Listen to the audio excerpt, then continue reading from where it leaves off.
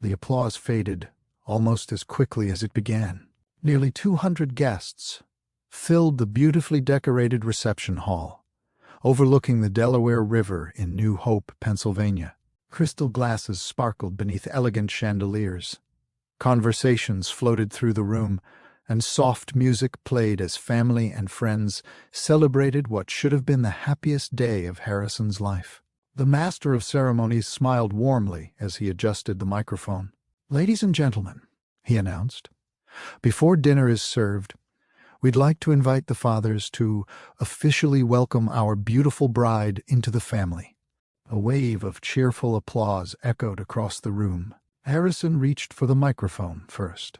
At 32, he carried himself with the quiet confidence of a man who never needed to raise his voice to earn respect. His tailored navy suit fit perfectly, but it wasn't his appearance that drew attention. It was the way he looked at Aram. She stood beside him in an elegant ivory wedding gown, her eyes already glistening with emotion. Harrison smiled. "Aram," he began, his voice steady despite the emotion in his chest, "from the day we met, you've brought kindness into every part of my life. Today isn't just the beginning of our marriage. It's the beginning of our family. Welcome home." The room erupted into applause. Several guests wiped tears from their eyes. Aram reached for Harrison's hand, squeezing it gently as laughter and warm congratulations filled the hall. The master of ceremonies nodded approvingly before turning toward another table. "And now," he said with a broad smile, "Mr. Murphy, as the groom's father, would you like to say a few words and officially welcome Aram into the family?" Every conversation stopped. Nearly every guest turned toward Murphy. At 58, Murphy had built one of the most respected construction companies in Bucks County. His reputation had opened doors throughout southeastern Pennsylvania. Business owners admired him. Community leaders respected him. Employees described him as demanding but fair. People expected confidence. Instead, Murphy remained seated. His jaw tightened. His fingers rested motionless on the polished wood of the table. For several long seconds, nobody moved. The master of ceremonies chuckled awkwardly. "Mr. Murphy?" Murphy slowly stood. He adjusted the front of his expensive charcoal suit. Without saying a single word, he looked directly at Aram. She met his eyes. Hope, nervousness, uncertainty. All three emotions crossed her face within a heartbeat.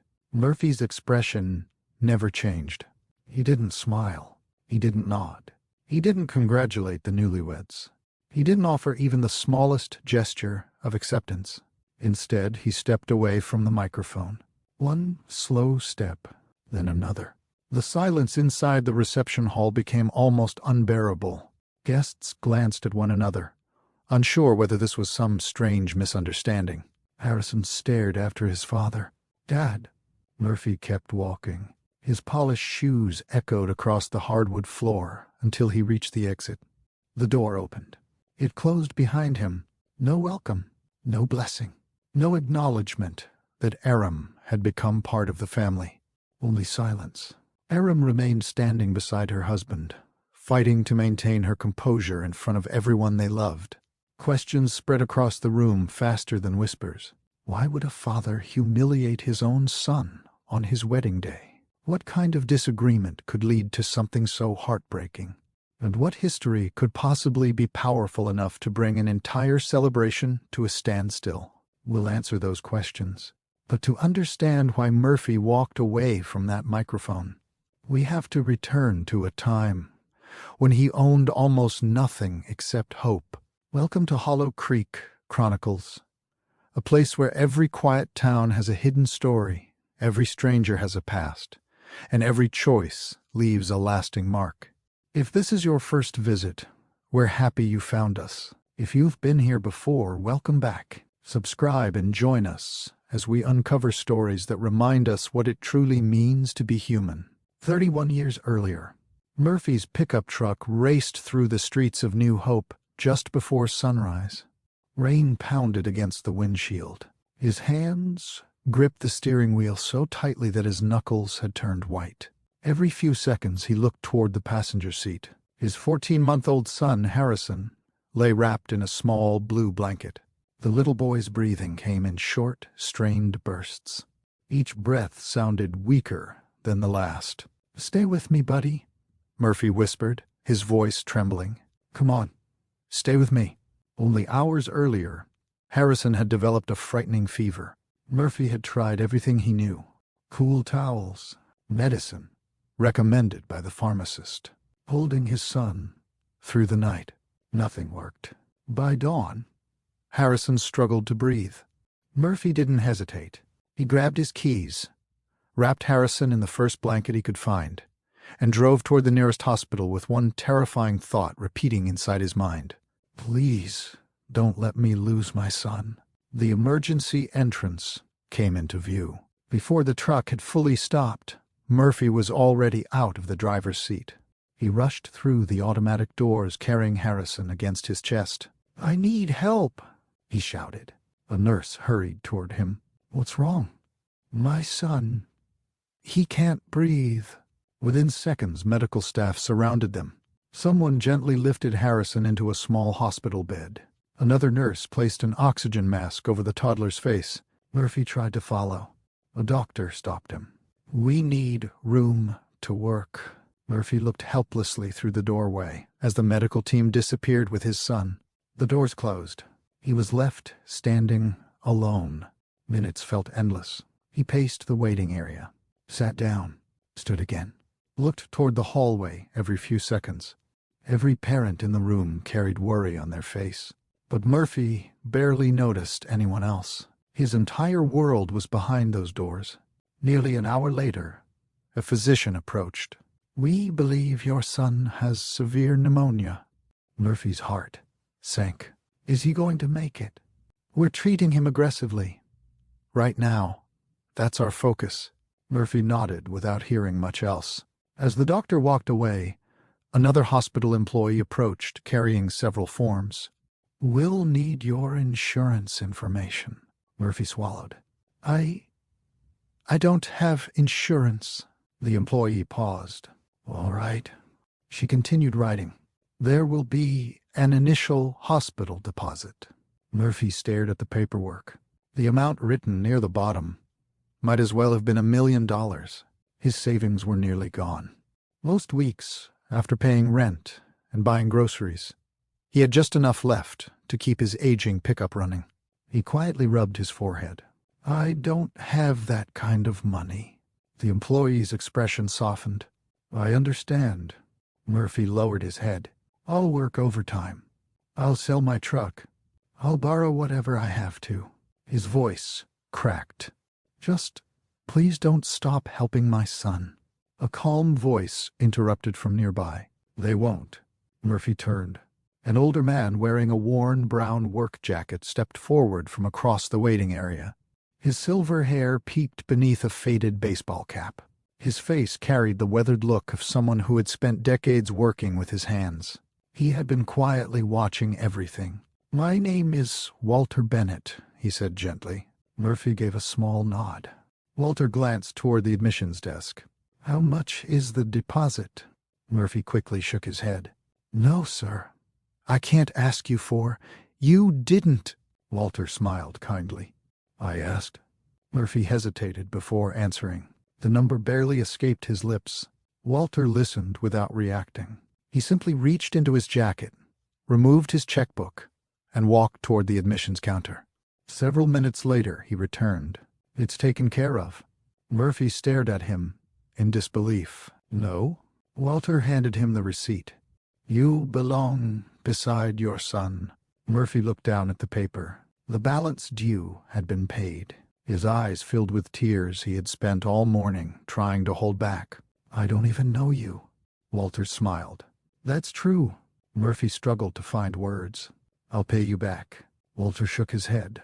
"I didn't do this because I expect anything in return." Murphy insisted. "I give you my word." Walter rested a hand gently on Murphy's shoulder. "If you truly want to repay me—" He glanced toward the hallway where Harrison was receiving treatment. "Do it for someone else someday." Murphy frowned slightly. Walter continued.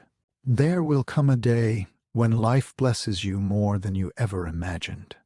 When that day comes, remember what this moment feels like. Remember how helpless you were. And if you ever meet someone standing where you're standing today, choose kindness. Murphy looked down at the receipt once more before carefully folding it and placing it inside his wallet. I won't forget. Walter smiled warmly. I believe you. Neither man could have imagined that the promise made inside that hospital would one day be tested in front of an entire wedding reception, or that the answer Murphy chose would change the lives of everyone he loved. The following morning, Murphy barely remembered driving home. His body was exhausted, but his mind refused to rest. Every few hours, he returned to the hospital, sitting beside Harrison's small bed, watching every rise and fall of his son's chest. Machines monitored the little boy's breathing, while nurses came and went with reassuring smiles that never fully settled Murphy's fears. For 3 days, the hospital became his entire world. He slept in waiting room chairs. He survived on coffee and vending machine sandwiches. He wore the same work boots until dried mud cracked along the leather. None of it mattered. Every time Harrison opened his eyes, Murphy felt as though he'd been given another chance to breathe himself. On the 4th morning, the doctor finally entered Harrison's room, carrying a clipboard instead of urgency. The antibiotics are working, he said with a smile. Murphy stood so quickly his chair nearly tipped over. He's going to be okay? The doctor nodded. He's still got some recovering to do, but yes, he's improving every day. Murphy closed his eyes. A burden that had pressed against his chest for days finally lifted. He quietly thanked the doctor before turning toward Harrison. The little boy looked tired but managed a weak smile. Murphy reached over and gently held his tiny hand. You scared your old man, he whispered. Harrison wrapped his little fingers around one of Murphy's. It was the strongest grip Murphy had ever felt. A week later, Murphy carried Harrison through the front door of their modest rented house. The place was small. The kitchen floor creaked near the sink. The roof leaked whenever heavy rain passed through Bucks County. The furniture had come from garage sales or generous neighbors. None of it bothered Murphy anymore. To him, that little house had become the richest place on earth. He placed Harrison carefully into a portable crib near the living room window. Morning sunlight spilled across the blanket that had traveled with them to the hospital. Murphy stared at his son for several long moments. Then he opened his wallet. Folded neatly inside was the hospital receipt Walter Bennett had paid without hesitation. Murphy unfolded it slowly. His eyes settled on the amount. $5,000. To some people it might have been an inconvenience. To Murphy, it had been impossible. He remembered every word Walter had spoken. If life blesses you more than you ever imagined. Murphy quietly folded the receipt again. I haven't forgotten, he said to himself. I won't. Life, however, didn't suddenly become easier. The bills continued arriving. Rent, utilities, medical expenses that insurance would have covered if he had ever been able to afford it. Child care, whenever overtime became unavoidable. Every envelope seemed heavier than the one before. Murphy accepted every construction job he could find.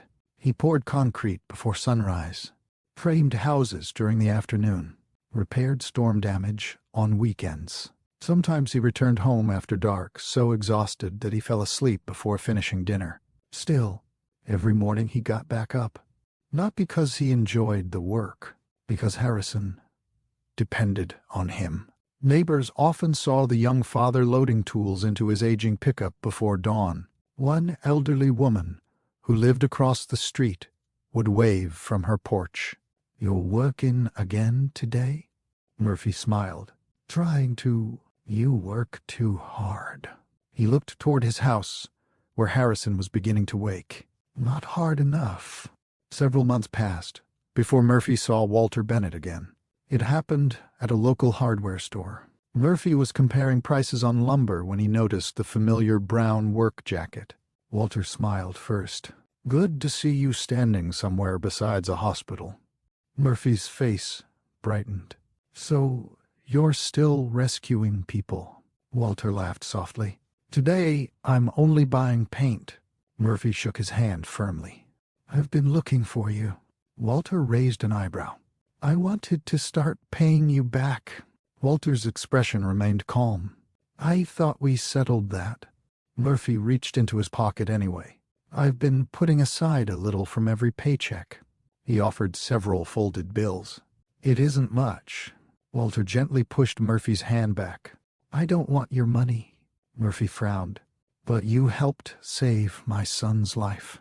I helped remove one obstacle, Walter replied. The doctors saved Harrison. Murphy lowered his eyes. I still owe you. Walter picked up a box of nails from the shelf before answering.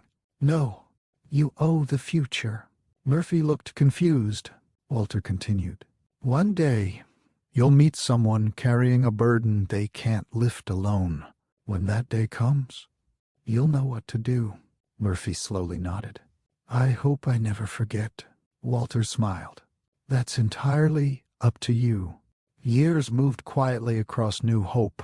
Spring flowers returned along Main Street. Summer tourists filled the restaurants overlooking the Delaware River. Autumn covered the hills with shades of gold and crimson. Winter brought quiet mornings and frozen sidewalks. While the town changed with the seasons, Murphy rarely slowed down. His reputation began spreading among contractors.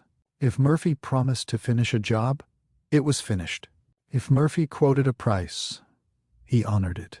People appreciated honesty. Soon homeowners began recommending him to friends. Small remodeling jobs became larger renovations. Renovations became additions. Additions turned into new home construction. Murphy wasn't the biggest contractor in Bucks County. Not yet. But he was becoming one of the most dependable.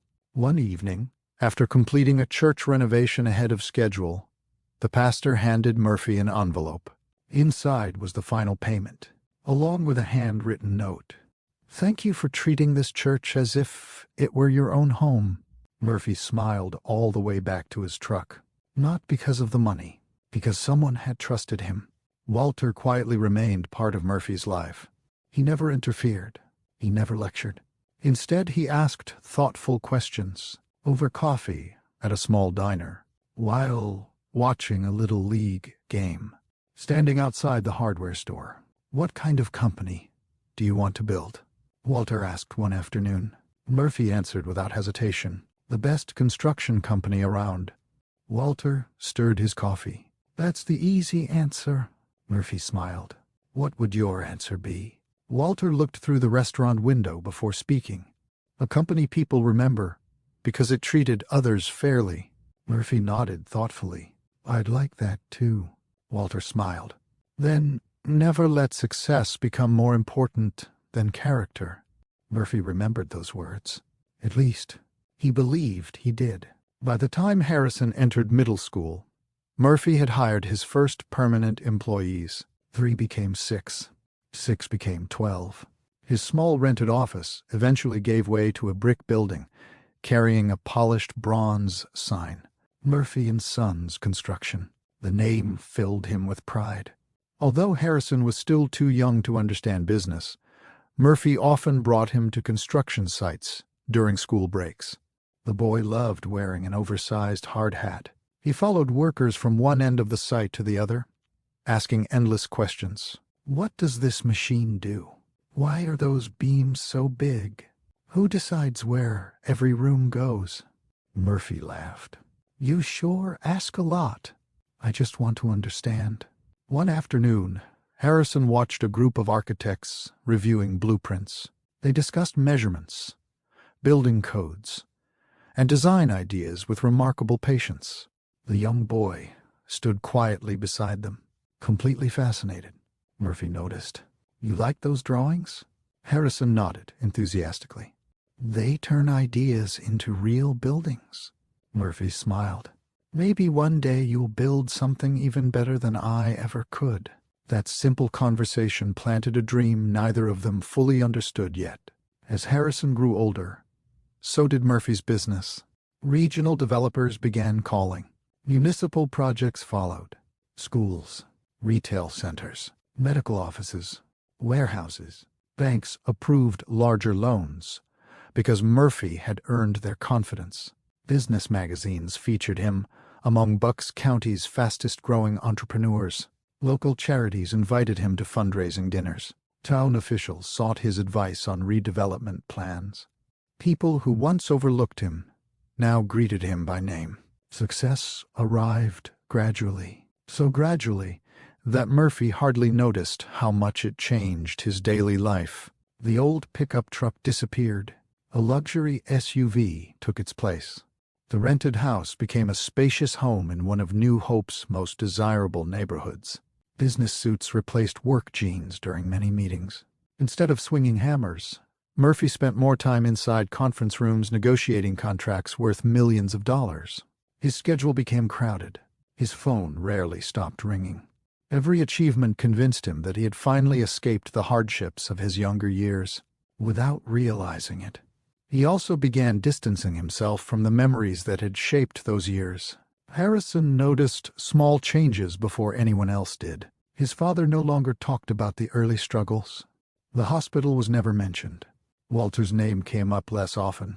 Murphy spoke frequently about reputation, about protecting the family name, about making the right impression.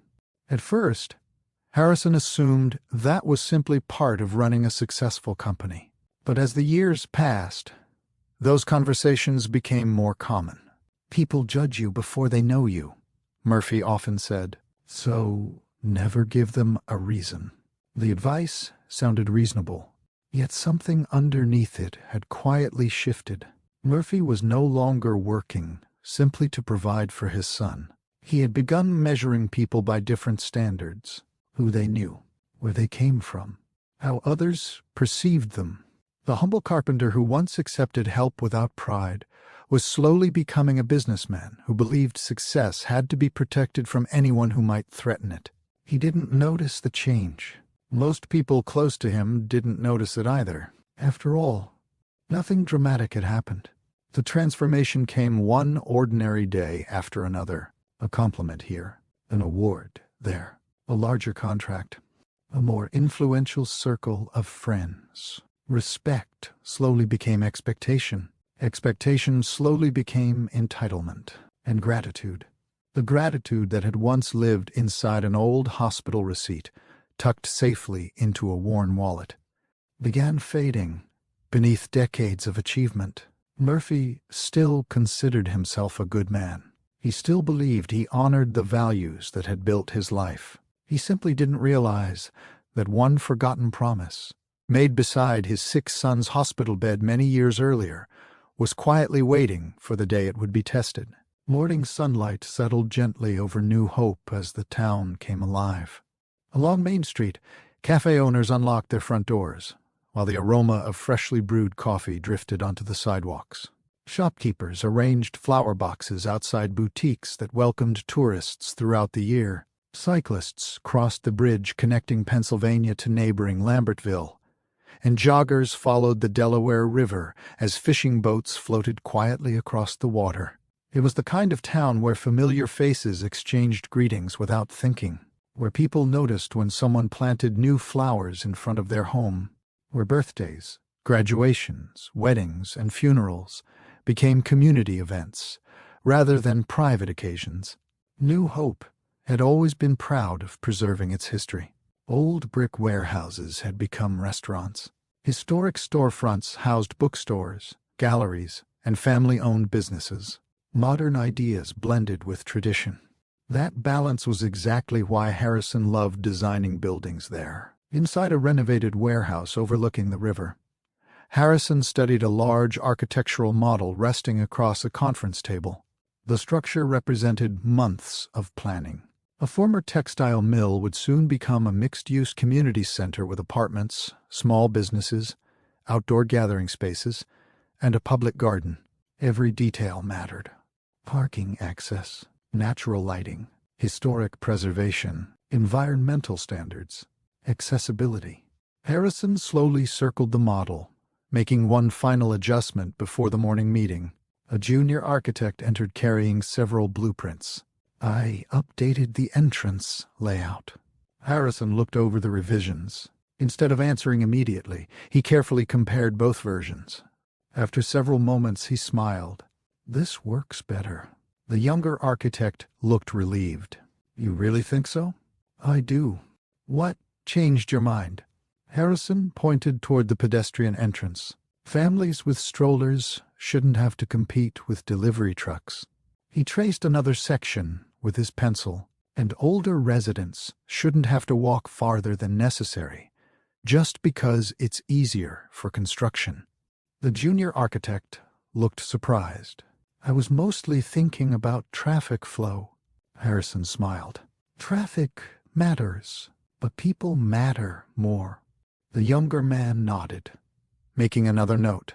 Working with Harrison never felt intimidating. He corrected mistakes without embarrassment. He welcomed ideas instead of dismissing them. People left meetings feeling encouraged rather than criticized. That quality earned him respect long before he became one of the firm's lead architects. An hour later, Harrison walked across the construction site wearing a white hard hat with the firm's logo on the front. The old mill echoed with the sounds of progress. Forklifts moved carefully between support columns. Electricians installed wiring. Carpenters measured freshly framed walls. Construction supervisors compared schedules while discussing deliveries arriving later that afternoon. Harrison greeted nearly everyone by name. Morning, Luis. Good morning, Mr. Harrison. How's your daughter's softball season? Luis smiled proudly. They made the regional tournament. I'll have to congratulate her. A few steps later, Harrison stopped beside another crew installing steel beams. Everything arriving on schedule? So far. If anything changes, let me know before it becomes a problem. You got it. Rather than remaining inside an office reviewing drawings all day, Harrison preferred walking each project personally. He believed buildings weren't simply created on paper. They were built by people. Understanding those people made every project stronger. One laborer quietly watched Harrison helping measure a difficult section alongside the crew. Another worker laughed. You'd never know he's the architect. The foreman smiled. That's probably why everyone likes working with him. Near lunchtime, Harrison climbed onto the second floor where the future community library would overlook the river. The walls were still unfinished. Open window frames captured a breathtaking view of the Delaware, flowing between Pennsylvania and New Jersey. His colleague stepped beside him. Not bad. Harrison nodded. Kids are going to sit right here and read. He pointed toward the corner. Parents will probably spend hours waiting for them. His colleague chuckled. You always picture the people before the building. That's the whole point. He looked around once more. If a building doesn't improve someone's daily life, we've missed the reason for building it. The colleague folded his arms. You ever think about designing something bigger? Harrison smiled. I'd rather design something meaningful. That evening, Harrison stopped by Murphy and Sons Construction. The company headquarters had grown into an impressive 3-story building, finished with glass, limestone, and polished steel. Employees moved confidently through the lobby. Awards lined one wall. Photographs of completed projects filled another. The receptionist smiled. Good evening, Harrison. Hi, Melissa. Your father's finishing a meeting. I'll wait. Harrison sat quietly, looking around the lobby he had visited countless times growing up. He remembered when Murphy's office had been little more than 2 desks inside a rented trailer. Now executives arrived in expensive vehicles. Developers waited weeks for appointments. Banks competed for Murphy's business. The transformation remained remarkable. Murphy eventually emerged from the conference room with several investors. He shook hands confidently before walking them toward the exit. Ladies and gentlemen, thank you for your time. Once they left, Murphy noticed Harrison. I didn't know you were stopping by. I figured we'd grab dinner. Murphy smiled. I've still got another hour. No problem. Harrison glanced toward a framed photograph hanging behind the reception desk. It showed Murphy years earlier standing proudly beside his very first construction crew. Mud covered everyone's boots. Their smiles looked effortless. Harrison had always loved that picture. "Remember that job?" he asked. Murphy followed his gaze. "I remember. Every one of them." "You looked happy." Murphy laughed softly. "I was exhausted." They shared a smile before Murphy's phone rang again. The conversation quickly shifted back to contracts, schedules, permits, and deadlines. Harrison waited patiently. Watching his father work always filled him with admiration. He respected everything Murphy had built. He simply hoped success never became the only thing that defined him. Across town, another workday was ending. Inside the pediatric rehabilitation wing of Buck's Regional Children's Medical Center, colorful murals covered the walls. Bright paintings of forests, friendly animals, rockets, and smiling clouds greeted children entering each therapy room. Soft music played quietly in the background. Foam balance beams, exercise balls, stepping stones, miniature climbing structures, and therapy swings filled the spacious room. To adults, it resembled an indoor playground. To the children receiving treatment there, it was a place where difficult work became something they could actually enjoy. Aram knelt beside a 5-year-old boy attempting to improve his balance. "Ready for our mountain adventure?" she asked, with a cheerful smile. The little boy grinned. "Can I be the explorer?" "You've been the explorer all morning." She pointed towards several colorful foam pads arranged across the floor. "Those are your mountains. And if your feet touch the floor," he laughed, "I fall into the river." Exactly. He carefully stepped onto the first pad. His legs wobbled. Instinctively, he reached toward Aram. Instead of grabbing him immediately, she held out her hand close enough to reassure him without taking away the challenge. "You've got this." He concentrated. One careful step. Another. His confidence grew. Soon he reached the final platform. "I made it." "You absolutely did." The room filled with applause from his mother, who had watched quietly from nearby. The little boy threw his arms around Aram. "I wasn't scared this time." She hugged him gently. "Because you trusted yourself." His mother wiped away a tear. "When we started coming here, he wouldn't even stand without crying." Aram smiled warmly. Today, he climbed every mountain. The woman laughed through happy tears. "I don't know how to thank you." "You already have." Aram looked toward the little boy, proudly showing off his accomplishment. "Seeing him believe in himself is enough." After the family left, Aram updated the child's progress chart. Another therapist walked over carrying a clipboard. "You make everything look easy." Aram smiled without looking up. "It isn't. You've got a gift." "I've learned something." The therapist leaned against the doorway. "What's that?" "Children don't care how much education you have. They care whether you believe they can succeed." The therapist laughed. "That sounds like something you'd put on a coffee mug." Aram laughed too. "Maybe." She closed the chart. "But it's true."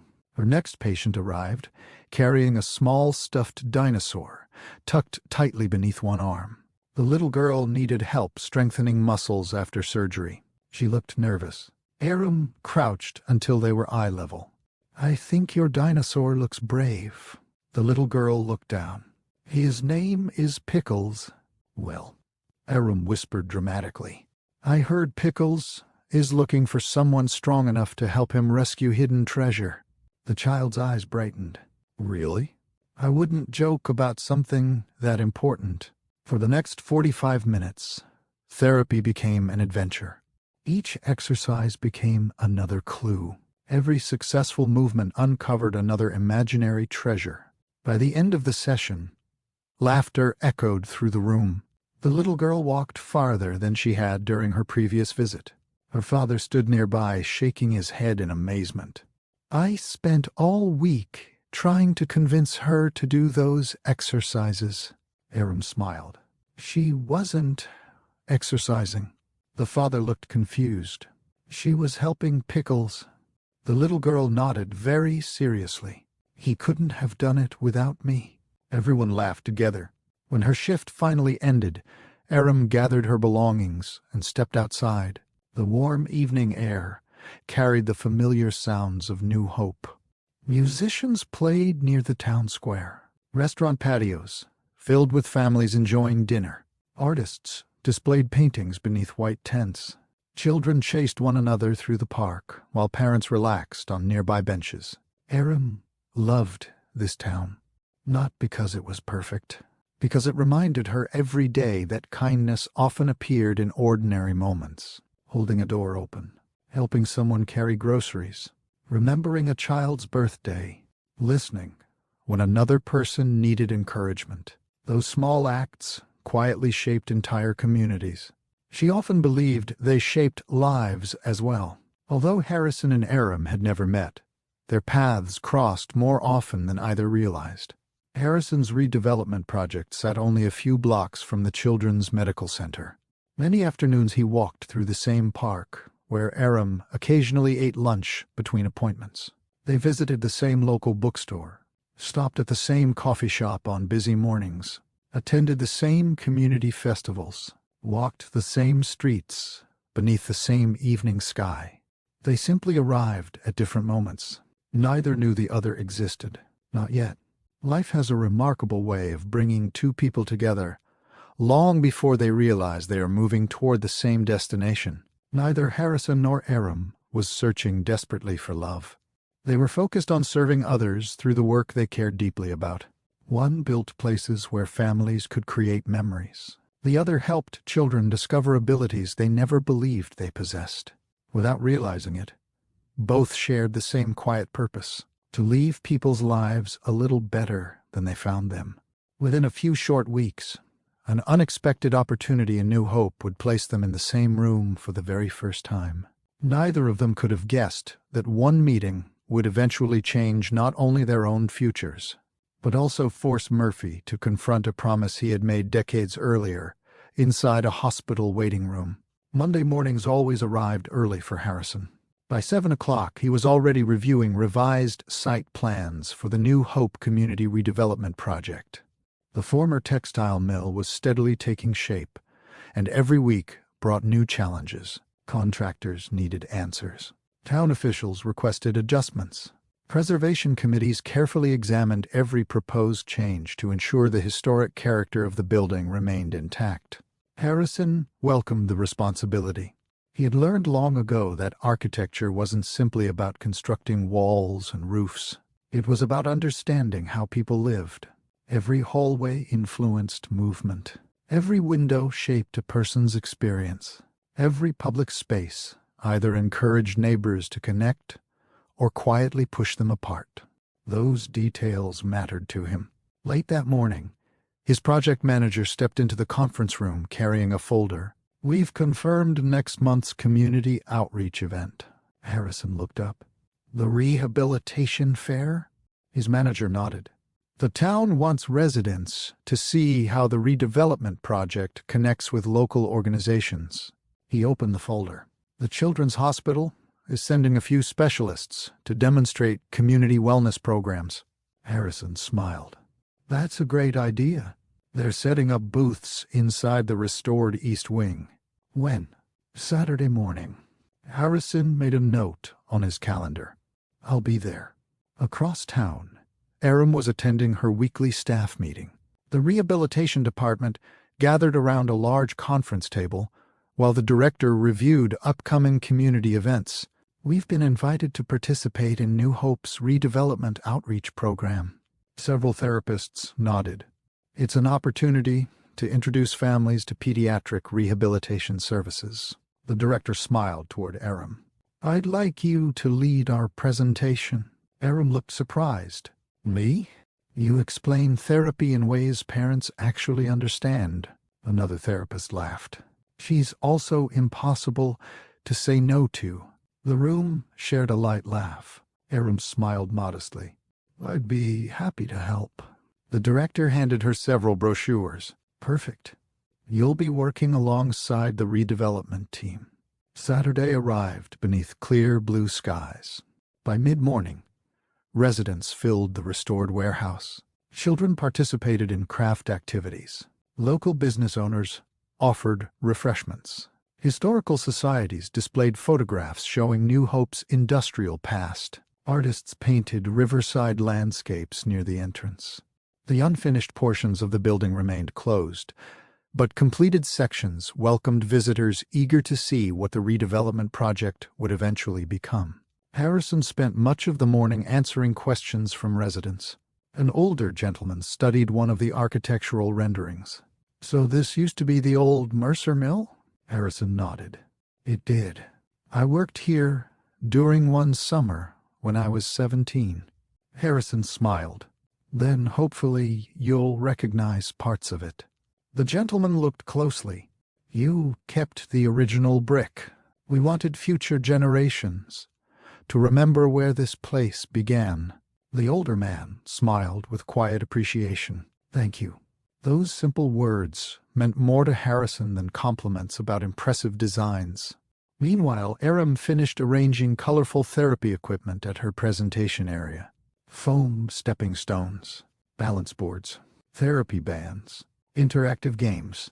Everything had a purpose. Children quickly wandered over with curious expressions.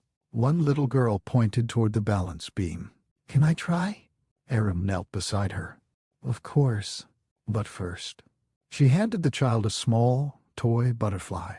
"This butterfly needs someone careful enough to carry her safely across the garden." The girl's eyes brightened immediately. "I can do that." Within minutes, laughter surrounded the booth. Parents watched as Aram transformed physical therapy exercises into adventures that children genuinely enjoyed.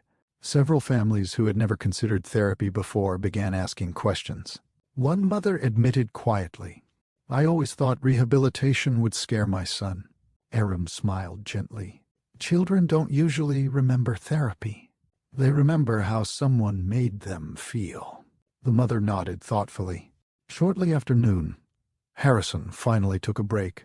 He accepted a bottle of water from one of the volunteers before wandering through the different exhibits. He stopped occasionally to thank participants for attending. As he rounded one corner, he heard laughter. Not loud laughter. The kind that naturally spreads when someone helps another person feel completely at ease. He followed the sound almost without thinking. Across the room, a little boy carefully balanced across colorful stepping stones while holding a stuffed giraffe above his head. A woman knelt beside him. "Slow down. The giraffe gets nervous around fast bridges." The boy giggled. "I'll protect him. You've been doing an excellent job." The child reached the final platform and raised both arms triumphantly. "I saved him." "You certainly did." The woman applauded enthusiastically. Several nearby parents smiled. Harrison found himself smiling too. There was something remarkable about the way she spoke to children. She never talked down to them. She treated every accomplishment as something genuinely worth celebrating. One of the hospital volunteers noticed Harrison standing nearby. "Would you like to meet our pediatric therapist?" Before Harrison could answer, the volunteer waved. "Aram." She turned. For the first time, their eyes met. Neither spoke immediately. It wasn't awkward, simply unexpected. The volunteer smiled. "Aram, this is Harrison. He's the lead architect for the redevelopment project." Aram extended her hand. "It's nice to finally meet the person responsible for bringing this building back to life." Harrison shook her hand. "The feeling's mutual." "I've been watching your presentation." She laughed softly. "I hope that's a good thing." "It is. You've kept 20 children busy for nearly an hour." She smiled. "They're making my job easy." "I don't think that's true." She tilted her head slightly. "What makes you say that?" "I've seen enough people work with children to know the difference. They trust you." Aram glanced toward the children still laughing together. "I try to earn that, for reasons neither could explain." The conversation flowed naturally. "So, "What made you choose pediatric therapy?" Harrison asked. Aram looked toward one little girl practicing careful steps along a balance path. "My younger cousin was born with developmental challenges." Harrison listened quietly. "When we were children, I watched therapists change the way she saw herself." She smiled at the memory. "They didn't just strengthen her muscles. They gave her confidence." She looked back at Harrison. "I wanted to do that for someone else." He nodded slowly. "That makes a lot of sense. What about architecture?" He laughed. "My answer isn't nearly as inspiring." "I doubt that." He glanced around the restored warehouse. "My father works in construction. I grew up visiting job sites." She smiled. "So you've always liked buildings?" "I've always liked what happens inside them." She looked curious. "What do you mean?" "A hospital, a school, a library, a home." He paused. "Buildings matter because people build memories inside them." Aram considered his answer for a moment. "I've never heard anyone describe architecture that way." "My professors probably wouldn't either." She laughed. The conversation became easier with every passing minute. Before long, families began approaching Aram again with more questions. She looked apologetically toward Harrison. "I should probably get back to work." "Of course." He reached into his jacket pocket. "I was wondering." She waited. "There's a small coffee shop near the river. They make the best cinnamon rolls in town." She smiled. "I've heard people argue about that." "So have I. I suppose the only way to settle it is by trying one." He smiled. "Would you like to?" She hesitated only long enough to check her schedule. "I finish at 3. I'll be here." That afternoon they walked together through the streets of New Hope. Neither tried to impress the other. Neither spoke about income, status, career achievements, family expectations. Instead, they talked about favorite books, childhood memories, local restaurants, the beauty of autumn along the Delaware River, why old buildings deserved second chances, why children often taught adults more than adults taught children. Hours passed almost unnoticed. As the afternoon sunlight reflected across the river, Harrison realized something unusual. Conversation with Aram required no effort. There were no uncomfortable pauses, no pressure to become someone he wasn't. He could simply be himself. Aram noticed the same thing. She had met many successful professionals during fundraising events and hospital programs. Some seemed more interested in talking than listening. Harrison listened. When she spoke, he paid attention. When she laughed, he laughed with her, rather than trying to become the center of attention. It felt comfortable. Before leaving, Harrison stopped near the bridge, connecting New Hope to Lambertville. "I had a really good time." "So did I." He smiled. "I'd like to see you again." She smiled back. "I'd like that too." Neither of them realized that a simple afternoon over coffee had quietly become the beginning of something far more meaningful than either expected. Over the months that followed, friendship would slowly deepen into trust. Trust would become admiration. Admiration would become love. And long before Murphy ever questioned whether Aram belonged in his family, Harrison had already become certain that he had found the woman he wanted beside him for the rest of his life. The weeks following Harrison and Aram's first afternoon together passed with a comfortable rhythm. Neither of them tried to rush. Their second meeting happened 3 days later. Harrison suggested lunch at a small cafe tucked along Main Street, a place known more for homemade soups and fresh sandwiches than trendy menus. They chose a table near the front window, where they could watch people wander between art galleries and bookstores. There was no pressure to impress one another. Harrison arrived in a light blue button-down shirt after spending the morning at the redevelopment site. Aram came directly from the children's hospital, her hair pulled neatly back after a full day of appointments. "I'm glad you didn't cancel," Harrison said as she took her seat. She smiled. "I thought about it." His eyebrows rose in surprise. "You did?" She laughed. Only because I realized I'd still be thinking about this lunch all afternoon. He grinned. So we're even. They ordered, talked, laughed, and somehow remained at the cafe long after both had finished eating. By the time they stepped back onto the sidewalk, they had already begun sharing pieces of themselves that most people kept private until much later. Not painful memories, simply honest ones. The conversations that slowly build trust. Their friendship grew naturally.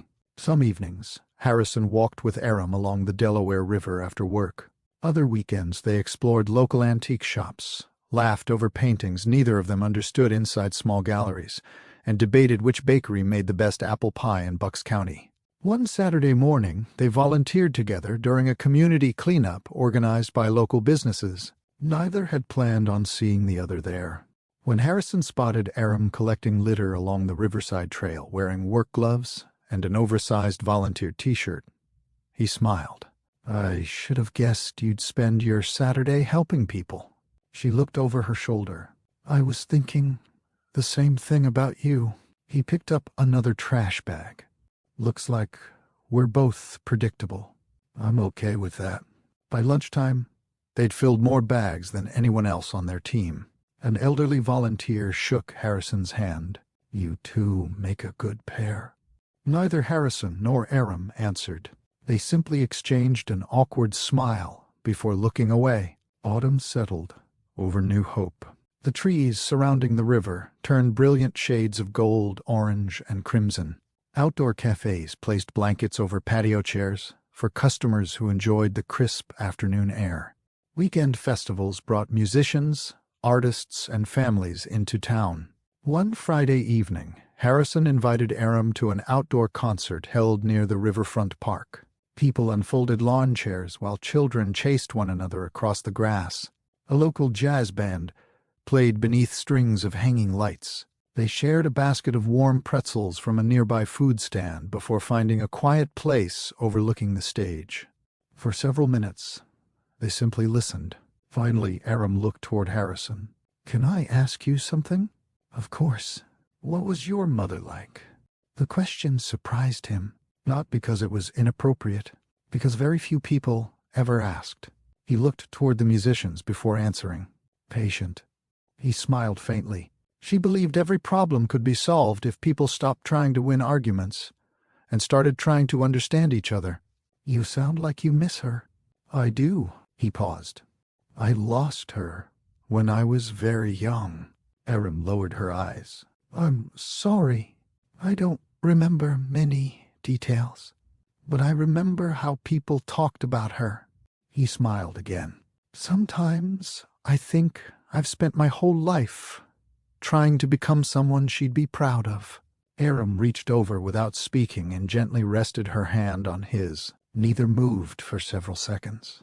Sometimes silence expressed more than words ever could.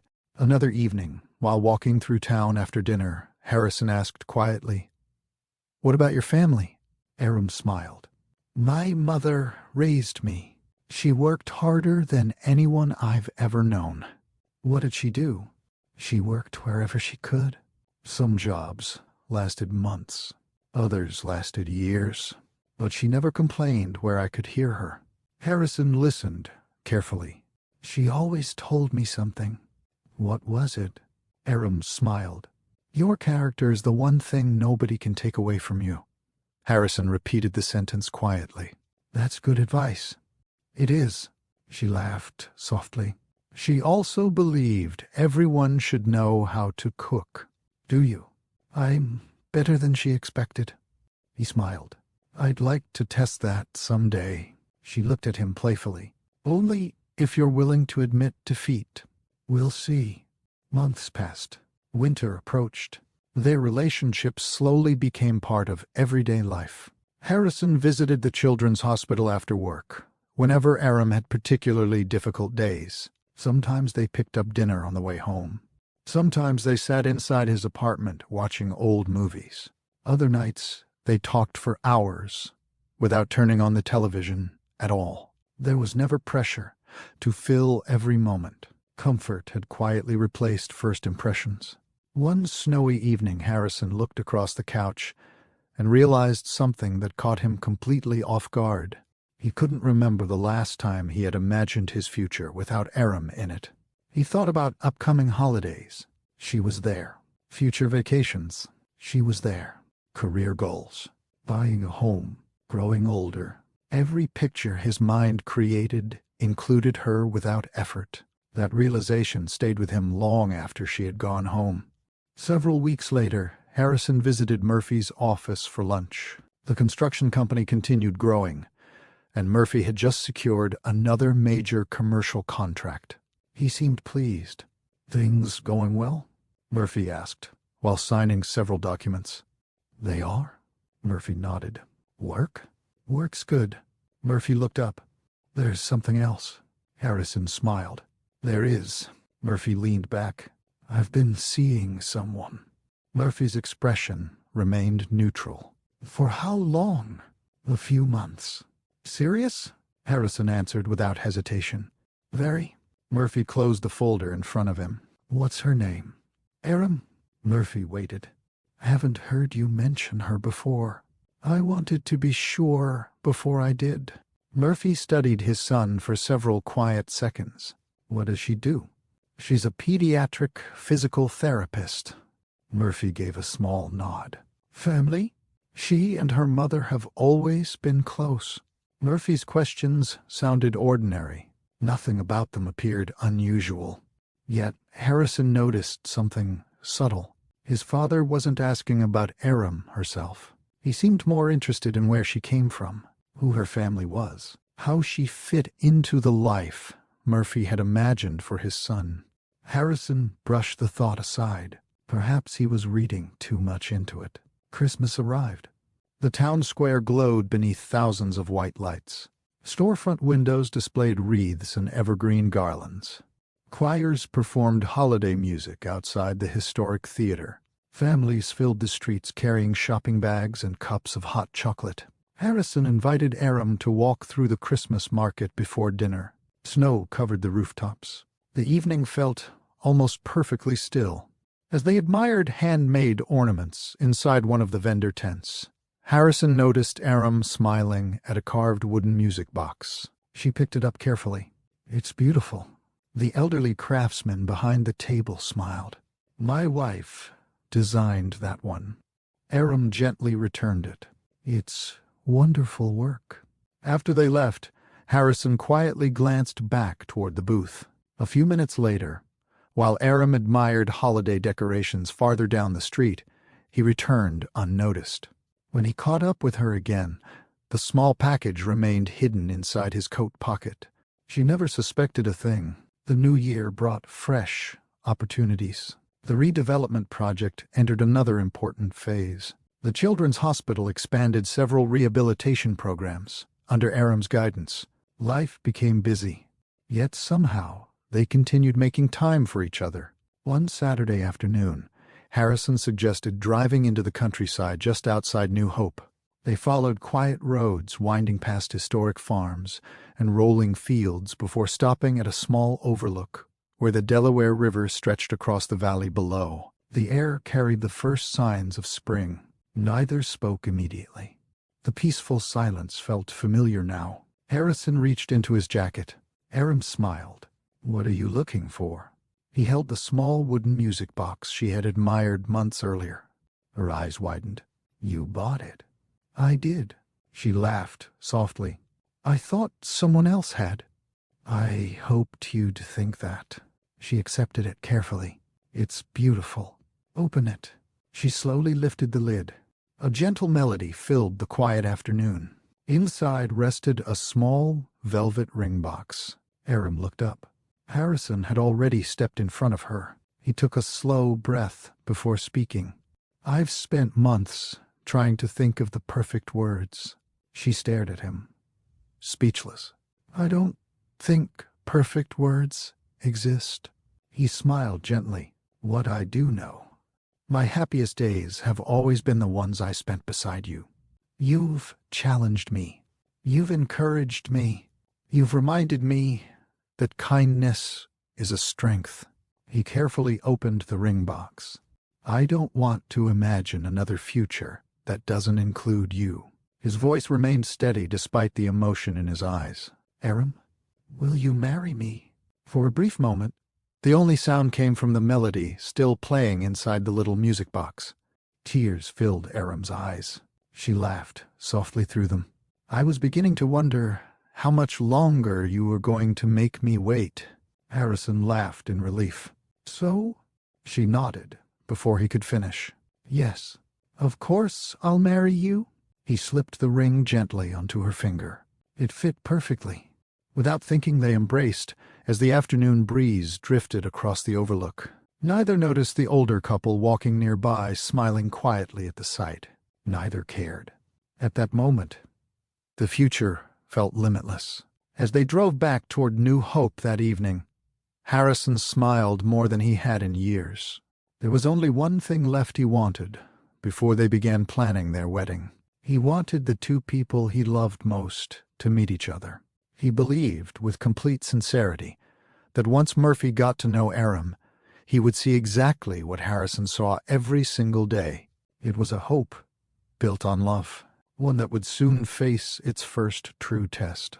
The engagement remained their happiest secret for exactly 4 days. Neither Harrison nor Aram wanted to announce it through a social media post or a hurried phone call.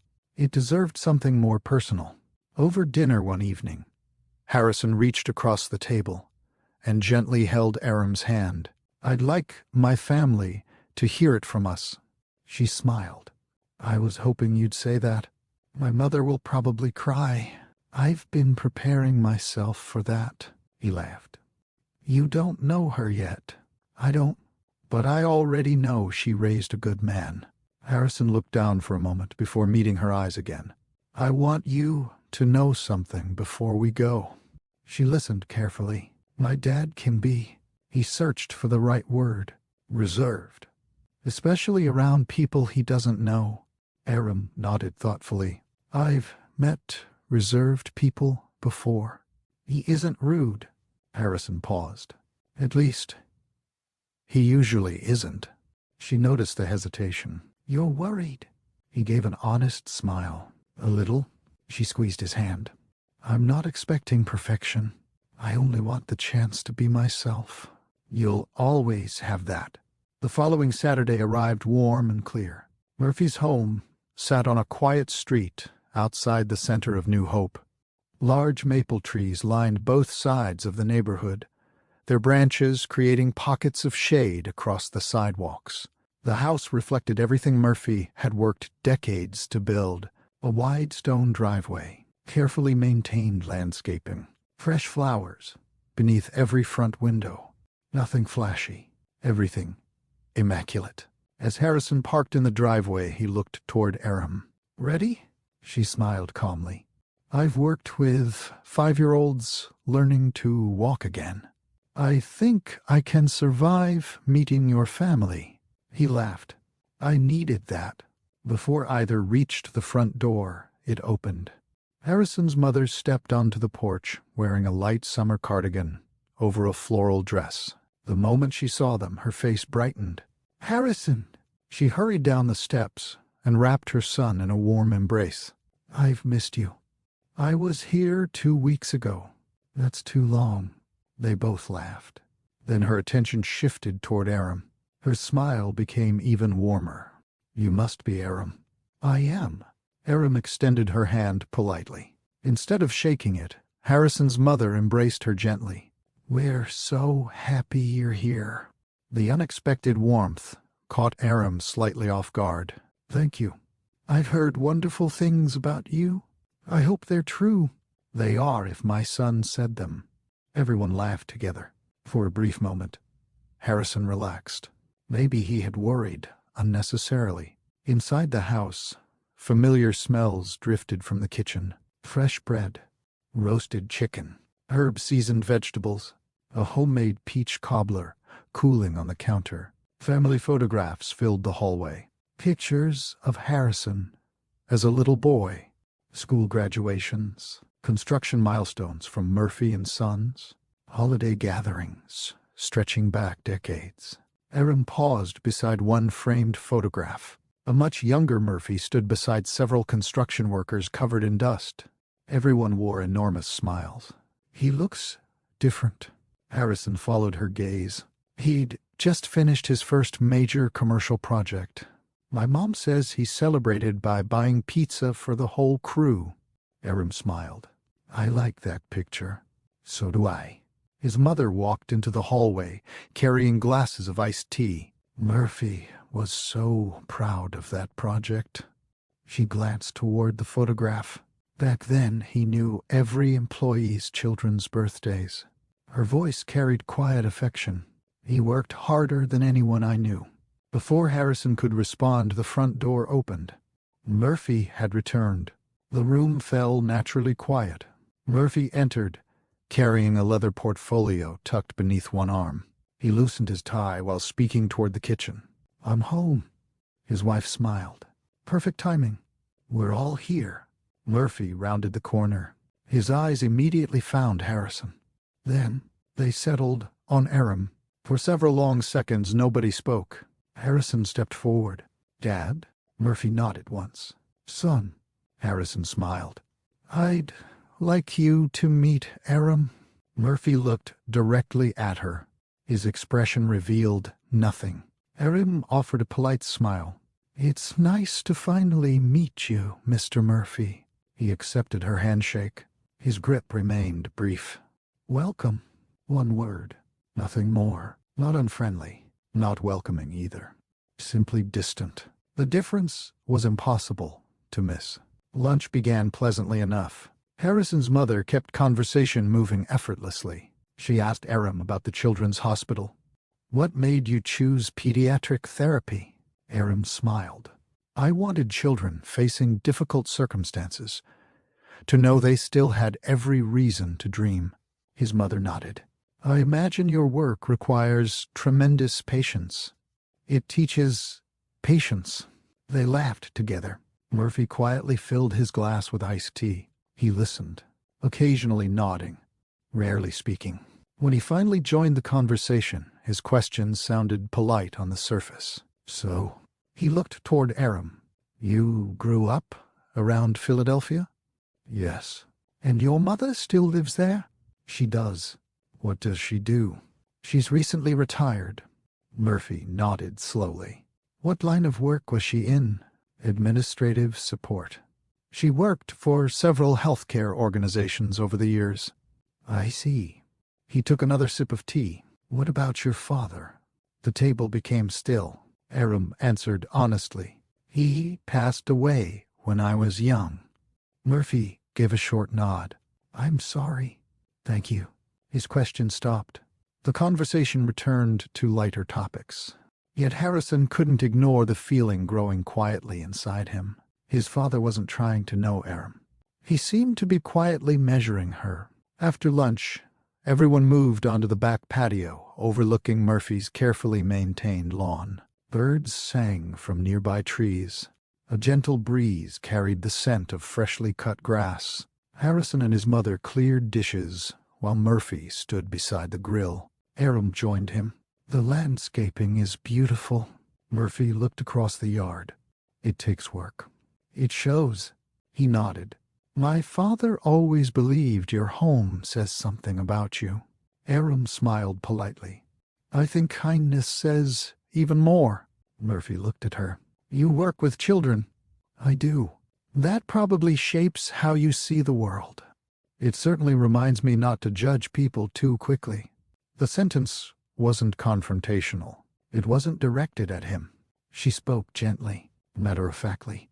Murphy simply nodded. You'll find the world doesn't always work that way. She answered with the same calm tone. Maybe, but that doesn't mean we shouldn't try. For the first time that afternoon, Murphy offered something close to a smile. It disappeared almost immediately. Later, while Harrison's mother showed Aram the flower garden behind the house, Murphy stood quietly near the garage.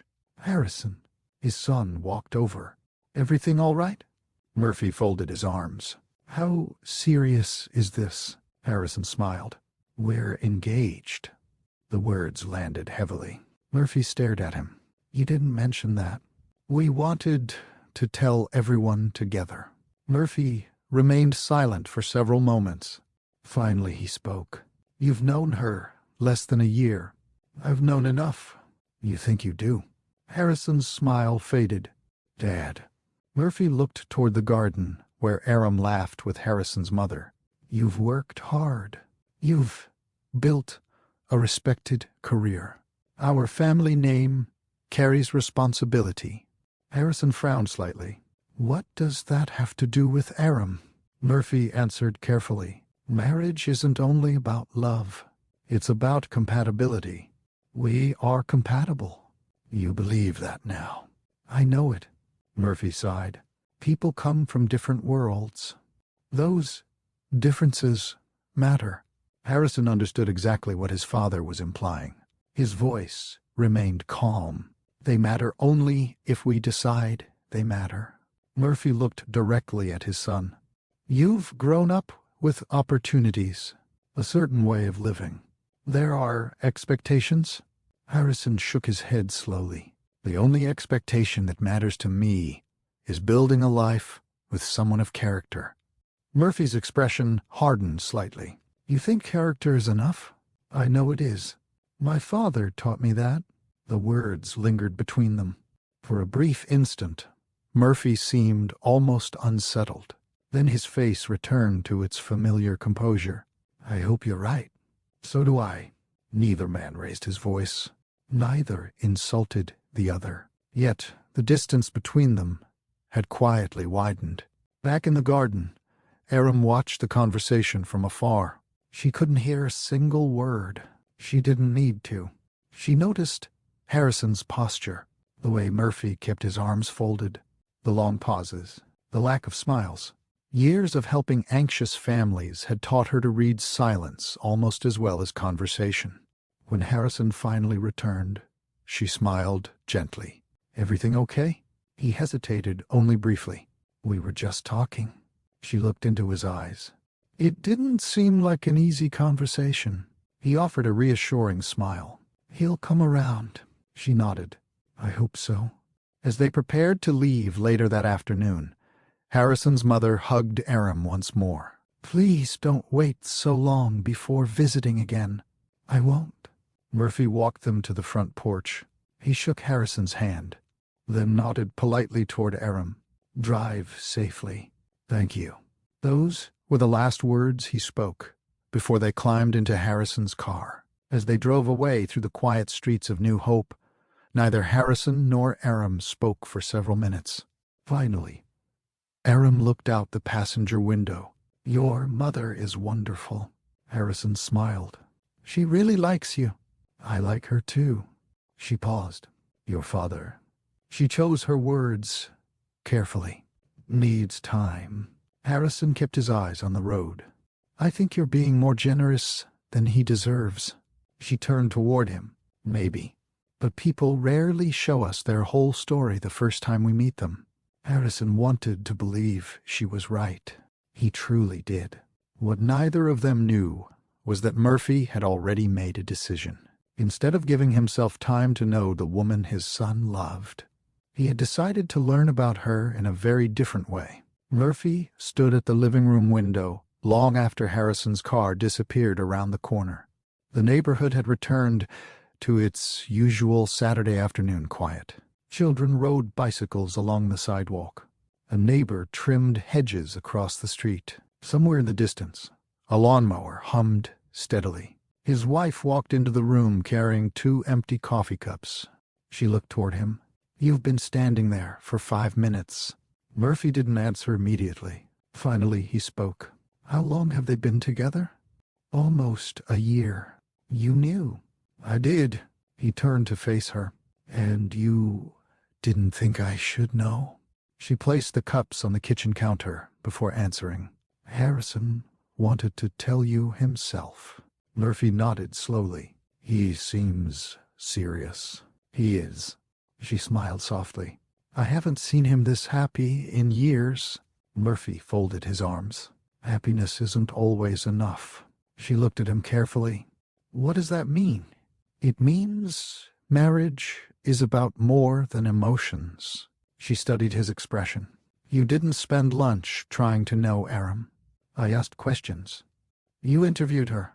Murphy looked away. I wanted information. No. His wife shook her head gently. You wanted reassurance. Silence settled between them. After several moments, she continued. Did you notice how she treated everyone today? Murphy remained quiet. She thanked me for lunch 3 different times. She offered to help clean up. She complimented the garden because she knew I'd spent months planting those flowers. She smiled faintly. And every time she spoke to you, she did it with respect. Murphy walked toward the hallway. I have work to finish. She watched him leave. You've always trusted your judgment. He stopped briefly. I hope you haven't reached a conclusion before you've given her a chance. Murphy continued walking without replying. Monday morning arrived with a full calendar waiting on Murphy's desk. Construction schedules, budget meetings, contract negotiations, site inspections. Normally work demanded his complete attention. Today his concentration drifted. Several times he found himself looking toward the family photograph, standing beside his computer. It showed Harrison graduating from architecture school. Murphy remembered that day clearly. He had never been prouder. His son had chosen a profession built on creativity, discipline, and service. Everything Murphy had worked for suddenly felt worthwhile. Now, his thoughts kept returning to Saturday's lunch. Not because Aram had behaved poorly. Quite the opposite. She had been gracious, thoughtful, intelligent. That should have reassured him. Instead, something continued bothering him. He couldn't explain it. He only knew he disliked uncertainty. And whenever uncertainty appeared, Murphy had spent his entire business career gathering facts before making decisions. To him, this situation felt no different. Later that afternoon, Murphy closed his office door. He opened a desk drawer and removed a business card he had kept for several years. The card belonged to a licensed private investigation firm in Doylestown. The company occasionally assisted businesses with fraud investigations and contract verification. Murphy had used them once years earlier after discovering falsified invoices submitted by a subcontractor. The investigation had saved his company hundreds of thousands of dollars. He stared at the card for a moment, then picked up the phone. The receptionist answered. Good afternoon. Murphy introduced himself. I'd like to schedule a confidential meeting.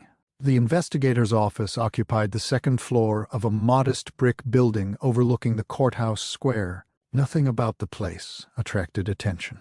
Murphy appreciated that. A receptionist escorted him into a private office. The investigator greeted him professionally. It's been a while. It has. What can I help you with? Murphy hesitated briefly. My son recently became engaged. The investigator nodded politely. And? I'd like a background investigation. The investigator leaned back slightly. What specifically are you concerned about? I'm not making accusations. I simply want facts. Education. Employment. Financial history. Criminal record, if there is one. Family background. The investigator listened carefully. Has she given you reason to suspect something? Murphy answered honestly. No. Then why investigate? Murphy looked toward the office window before responding. My company wasn't built by making emotional decisions. I verify before I trust. The investigator remained quiet for a moment. Finally, he opened a folder. I'll need her full name. Murphy provided it. The investigator wrote carefully. It'll probably take about a week. Murphy nodded. Discretion is important. That's standard practice. Murphy stood. Thank you. As he walked back toward the parking lot, he felt strangely unsettled. He had expected relief after making the decision. Instead, the uncomfortable feeling remained. 1 week later, the report arrived. Murphy opened it alone inside his office. He read every page carefully. Education, excellent academic record, professional licenses, employment history, outstanding evaluations from supervisors, volunteer work with children's rehabilitation programs, no criminal history, stable finances, strong professional reputation. He continued reading.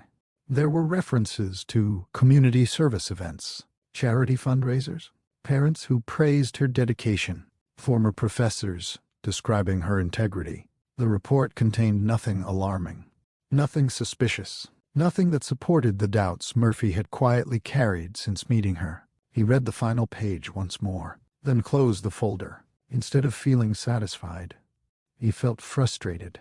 He couldn't point to a single reason why Harrison shouldn't marry Aram, yet the hesitation inside him refused to disappear. He quietly locked the report inside his desk. The following Friday, Murphy met privately with the attorney who had handled his business affairs for years. After discussing several routine company matters, Murphy shifted the conversation. "I'd like to update my estate plan." The attorney nodded. "What changes are you considering?" Murphy chose his words carefully. "I want additional protections around company ownership." "In what sense?" "I don't want ownership transferred outside the family." The attorney studied him. "Are you referring to Harrison's engagement?" Murphy gave a small nod. The attorney closed his notebook. "Harrison remains your only child." "He does.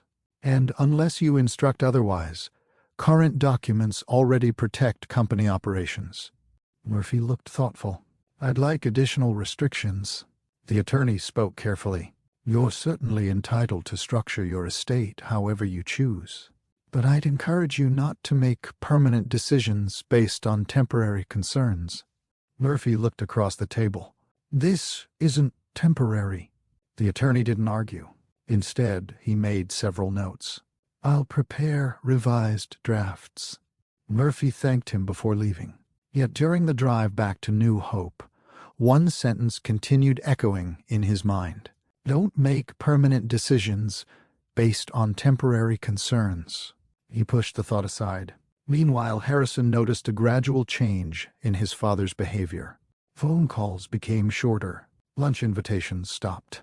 Business conversations felt unusually formal. One afternoon, Harrison visited Murphy's office, hoping to discuss the redevelopment project. The meeting lasted barely 15 minutes. Murphy reviewed the drawings. "They look fine." "Anything you'd change?" "No." "You seem busy." "I am." Normally, Murphy would have asked about the wedding. Instead, he gathered another stack of documents. "I've got another meeting." Harrison stood. "I'll let you get back to work." As he walked toward the elevator, something didn't feel right. His father had never been distant without explanation. Wedding planning moved forward anyway. Because Murphy declined to participate, Harrison and Aram quietly handled every decision themselves. They visited venues after work, compared catering menus, sampled cakes at a family-owned bakery overlooking the river, chose simple floral arrangements that reflected the natural beauty of New Hope instead of extravagant displays. One evening, they spread contracts and brochures across Harrison's dining table. Aram looked over another budget sheet. "I think we've finally covered everything." Harrison laughed. "I thought architects liked details." "We do. But weddings have more details than buildings." She smiled. "I've noticed." After a moment, she became quiet. "Harrison." He looked up. "Can I ask something?" "Anything." She hesitated. "Does your father know we're paying for almost everything ourselves?" "He does." "And he hasn't offered to help?" Harrison smiled gently. "No." She lowered her eyes. "I don't care about the money. I know. I just don't want this creating distance between you." He reached across the table and held her hand. "The distance isn't because of you. You can't know that." "I can." She searched his face. "What if he never accepts me?" Harrison answered without hesitation. "Acceptance can't be forced. But respect can be earned. You've already earned mine." She smiled faintly. "I'm talking about your father." "I know." He squeezed her hand gently. "I've spent my whole life admiring him. I still do. But this," he paused, "this is the first decision that belongs entirely to me." Aram remained silent. He continued, "I love my father. I always will. But I won't build my future by asking permission to love you." Tears gathered quietly in Aram's eyes, not from sadness, from relief. She moved beside him on the couch. "I don't ever want to come between you and your family." "You won't." "What if I already have?" He gently shook his head. "No. The choices my father makes belong to him. The choice I make," he looked directly into her eyes, "belongs to me." Outside, evening settled peacefully over New Hope. Streetlights flickered on one by one. The town carried on as it always had. Inside Harrison's apartment, wedding plans continued with hope, patience, and quiet determination. Neither Harrison nor Aram realized that Murphy's growing opposition was no longer based on unanswered questions. He already knew the truth about Aram's character. The investigation had confirmed it. His struggle now came from somewhere much deeper, one he had not yet admitted, even to himself. That hidden struggle would soon follow him to the wedding day, where one decision, made in front of everyone he cared about, would force him to confront the promise he had buried for more than 3 decades. Spring quietly gave way to early summer. The trees surrounding New Hope stood full and green. Storefronts overflowed with flower baskets, and warm sunlight lingered longer each evening. Visitors filled the sidewalks along Main Street. Restaurants opened their outdoor patios, and the Delaware River reflected clear blue skies that seemed to promise peaceful days ahead. For most of the town, it was simply another beautiful Saturday in Bucks County. For Harrison and Aram, it was the day they had been patiently building toward for more than a year. Before sunrise, Harrison woke without needing an alarm. For several seconds, he remained still, staring at the ceiling of his apartment. His wedding suit hung neatly from the bedroom closet. The garment bag had been zipped shut the night before. His polished shoes rested beside it. Every detail had already been prepared. Yet sleep had visited only in short stretches, not because he was nervous about marrying Aram. That certainty had never changed. His thoughts kept returning to his father. The previous several months had settled into an uneasy routine. Murphy still answered phone calls. He still attended business meetings with Harrison whenever necessary. But every conversation remained brief. Every interaction felt measured. No arguments, no shouting, simply distance. Harrison had hoped time would soften whatever concerns Murphy still carried. Instead, the silence between them had become another guest, invited to the wedding. He slowly sat up and looked toward the engagement photograph resting on his dresser. It had been taken near the overlook where he proposed. Aram's smile filled the frame. Without realizing it, Harrison smiled back. "Today's finally here," he whispered. An hour later, sunlight streamed through the apartment windows as 2 close friends helped Harrison finish getting ready. One adjusted his tie. The other carefully fastened the cufflinks Harrison's mother had given him several birthdays earlier. "You've checked your pockets 3 times, one friend joked. "I know. You already have the rings." "I know. You've confirmed the marriage license." "I know. You've called the venue." "I know." His friend laughed. "So what are you worried about?" Harrison looked into the mirror. "I don't know." "You do?" He sighed quietly. "My dad."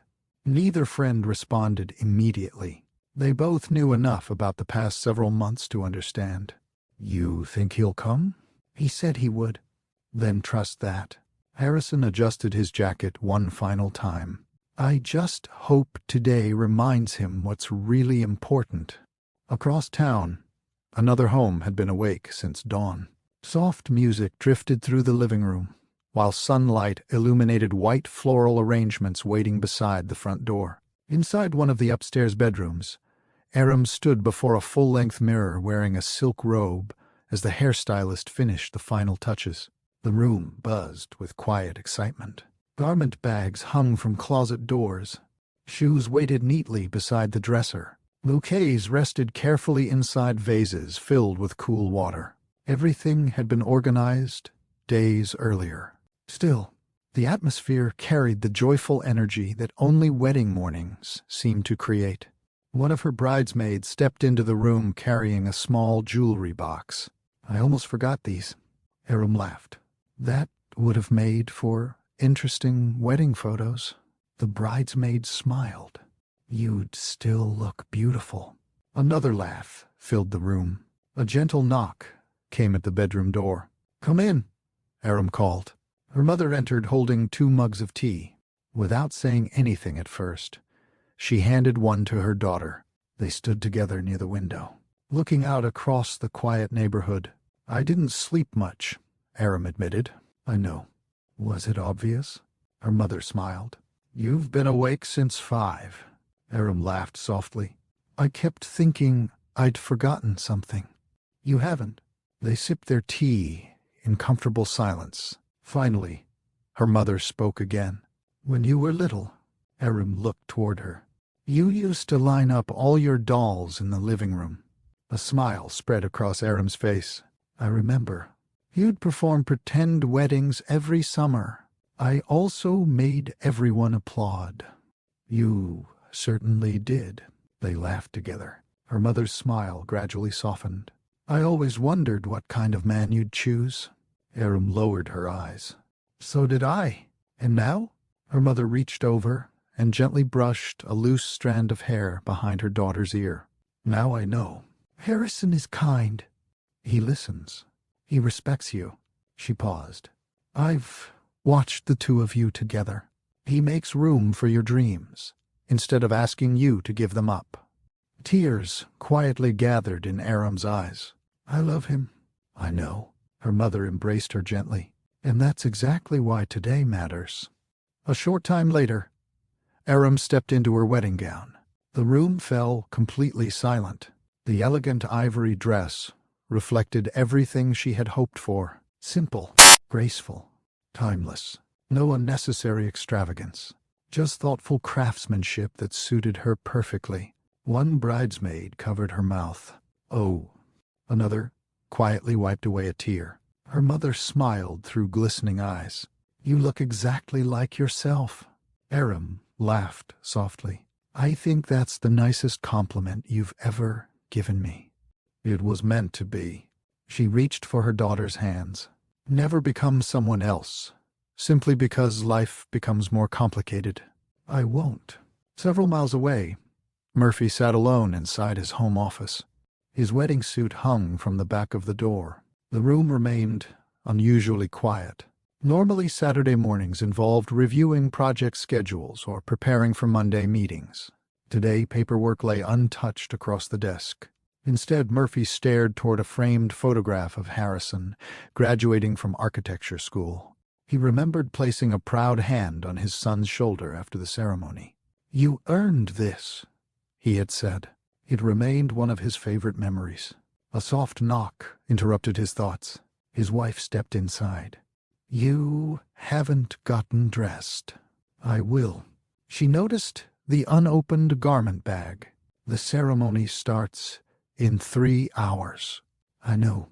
She quietly closed the office door behind her. "For weeks, you've acted as though attending this wedding is an obligation." Murphy looked down. "I'll be there." "Being present isn't always the same as being there." He remained silent. She walked closer. "Tell me something honestly." He finally met her eyes. "What?" "If Harrison weren't marrying Aram," she paused, "would you be proud of the man he's become?" Murphy answered immediately, "Of course." "Then what changed?" He looked toward the window. "I spent decades building this family." "So did I." She waited. "I wanted certain things for him." "What things?" "The right opportunities, the right future, the right family." She looked at him carefully. "Harrison already found the right family." Murphy frowned slightly. What does that mean? It means family isn't measured by income, or neighborhoods, or appearances. She spoke gently. It's measured by the way people choose one another every single day. Murphy rubbed his forehead. I don't know why this feels so difficult. For the first time in months, his voice carried uncertainty rather than confidence. His wife noticed. She rested one hand lightly against his shoulder. Because you're afraid. He looked surprised. I'm not afraid. I think you are. Afraid that the future you imagined for Harrison looks different from the future he chose. Murphy didn't argue. He simply sat quietly. His wife gave his shoulder a gentle squeeze before leaving the room. I'll be downstairs. The office became silent once again. Across New Hope, another elderly man carefully adjusted the collar of his navy blazer. Walter Bennett stood before a hallway mirror inside the modest home he had lived in for nearly 40 years. Age had slowed his movements, not his mind. On the kitchen table rested a cream-colored wedding invitation. He picked it up once more. His fingers lingered briefly over Harrison's name. A gentle smile crossed his face. I can't believe you're all grown up. He remembered the frightened young father pacing outside an emergency room decades earlier. He remembered the tiny child fighting pneumonia. He remembered promises made inside that waiting room. Promises life had a way of testing. Walter placed the invitation carefully inside his jacket pocket. His neighbor, who occasionally drove him into town, pulled into the driveway. You ready? Walter picked up a neatly wrapped gift. I wouldn't miss this. He locked the front door behind him. Without realizing it, he had just begun the journey that would place him at the center of a moment no one attending the wedding could possibly foresee. The ceremony venue overlooked the Delaware River just outside the historic center of New Hope. A beautifully restored riverside pavilion stood beneath towering sycamore trees, whose branches offered welcome shade from the early afternoon sun. White chairs lined both sides of a flower-covered aisle. Fresh greenery blended naturally with white roses and seasonal wildflowers gathered from local growers throughout Bucks County. Nothing felt excessive. Everything reflected quiet elegance. Guests began arriving nearly an hour before the ceremony. Old friends embraced after years apart. Business associates greeted Murphy with respectful handshakes. Families admired the riverside setting, while children whispered excitedly beside their parents. The musicians tuned their instruments near the front of the pavilion. Wedding coordinators made final adjustments to floral arrangements. The atmosphere carried the unmistakable excitement that comes just before an important moment begins. Harrison stood inside a small preparation room near the pavilion entrance. He took one slow breath, then another. The wedding coordinator smiled reassuringly. They're ready. He nodded. Outside, guests gradually found their seats. Aram waited quietly in a nearby bridal suite, holding her bouquet with steady hands. Murphy took his place among the front rows. His expression remained unreadable. Walter Bennett quietly entered the pavilion a few moments later. He found a seat toward the back without drawing attention to himself. The gentle notes of the opening music floated across the riverside. Conversations faded naturally into silence. Every guest turned toward the beginning of the aisle. The ceremony, at last, was about to begin. The first notes of the string quartet drifted gently across the riverside pavilion. Guests settled into quiet anticipation. The conversations that had filled the venue only moments earlier gradually disappeared, replaced by the peaceful sounds of the Delaware River flowing beyond the trees and birds calling from the wooded shoreline. The wedding coordinator stepped quietly to the front. Everyone rose. Harrison stood beside the officiant beneath the flower-covered arbor. His hands rested calmly in front of him, but anyone who knew him well could recognize the excitement hidden beneath his composed expression. He looked toward the beginning of the aisle. Every heartbeat seemed slower than the last. One of his closest friends, standing beside him, leaned over just enough to whisper, "You've designed buildings in front of town councils without looking nervous." Harrison smiled without taking his eyes off the entrance. "This feels a little more important." His friend chuckled quietly. I figured. Murphy remained seated in the front row until everyone else had stood. Only then did he slowly rise. His charcoal suit was perfectly pressed. His posture remained straight. To everyone watching from a distance, he appeared calm. Only his wife noticed the small details. His fingers briefly tightened around the wedding program. His jaw remained set. His eyes never lingered in one place for very long. She quietly slipped her hand into his. He allowed it. Neither spoke. There was nothing left to say. The choices that had brought them to this day had already been made. Inside the bridal suite, Aram stood before the mirror one final time. The room had grown remarkably still. Only minutes earlier it had been filled with conversation, laughter, and last-minute adjustments. Now everyone simply admired her. One bridesmaid carefully straightened the veil. Another handed her the bouquet of white roses and seasonal wildflowers. Her mother stepped forward. "You ready?" Aram took a slow breath. "I've never been more ready for anything." Her mother smiled. "You don't have to remember every word today. What matters is remembering why you're here." Aram nodded. "I know." The wedding coordinator knocked gently. "It's time." No one rushed. No one hurried toward the door. They allowed the moment to settle naturally. Aram looked once more into the mirror. Not to admire the dress. Not to check her appearance. She smiled because the woman looking back at her felt exactly like herself. Confident, grateful, hopeful. She quietly whispered, "Let's go." Outside, the music changed. Guests instinctively turned toward the entrance. The bridal party began walking down the aisle one pair at a time. Each step felt unhurried. Friends smiled toward Harrison before taking their places near the arbor. The soft afternoon breeze stirred the flowers lining both sides of the aisle. Sunlight filtered gently through the branches overhead. Several guests reached for tissues before the bride had even appeared. An elderly couple sitting near the middle exchanged knowing smiles. The husband whispered, "This never gets old." His wife nodded. "No, it never does." Then Aram appeared. For a brief moment, the entire pavilion seemed to pause. She stepped onto the aisle with graceful confidence, her bouquet resting gently in her hands. Her mother walked proudly beside her. The simple elegance of the gown reflected exactly who Aram had always been. Nothing extravagant, nothing intended to draw attention for its own sake. She looked radiant, because happiness had softened every expression on her face. Several quiet gasps spread among the guests.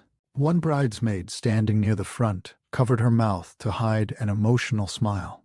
Murphy's wife immediately reached for another tissue. Walter Bennett watched from the back with a warm expression. He had seen many weddings during his lifetime, yet something about this one felt especially meaningful. Harrison saw Aram. Every sound around him disappeared. The music continued. Guests remained standing. The river flowed peacefully beyond the trees, yet Harrison noticed none of it. His entire attention rested on the woman slowly walking toward him. He remembered the first afternoon. They shared coffee near Main Street, the community event where she made children laugh while helping them believe in themselves. The quiet walks along the river. The evenings spent talking, until they forgot to notice the time. The overlook where she accepted his proposal. Every memory seemed to arrive all at once. His eyes filled with tears. He made no effort to hide them. One of his friends smiled quietly. "You're crying already." Harrison laughed softly. "I know. I can't help it." When Aram finally reached the front of the aisle, her mother embraced her gently before placing her hand into Harrison's. For one brief moment, Harrison looked toward Aram's mother. "Thank you." She smiled warmly. "Take good care of each other." "We will." She stepped back and took her seat. The officiant looked at the couple before him. "We gather today, surrounded by family, friends, and those who have shared in Harrison and Aram's journey." He paused, allowing everyone to settle comfortably. "They have chosen one another freely. They stand here not because life promises perfection, but because they have discovered someone worth facing every season of life beside. The words carried quietly across the pavilion. Several guests nodded thoughtfully. The officiant invited Harrison to share his vows first. Harrison unfolded a neatly written page from his jacket pocket. He smiled toward Aram. "I spent weeks trying to write something worthy of this moment." A few guests laughed softly. "I eventually realized the best words were the honest ones." He looked directly into her eyes. "Aram, you've shown me that kindness isn't weakness. You've reminded me that listening can change someone's entire day. I've watched you help frightened children believe in themselves. I've watched you encourage parents who felt overwhelmed. You give people hope without asking for recognition." He paused briefly. "I promise to encourage your dreams the same way you've encouraged mine. I promise to stand beside you during joyful days and difficult ones. I promise to choose patience when life becomes complicated. And every morning," he smiled, "I'll keep choosing you." By the time he finished, several guests quietly wiped away tears. The officiant nodded toward Aram. She unfolded her own vows. "Harrison." She smiled through happy tears. "The first thing I noticed about you wasn't your work. It was the way you treated people.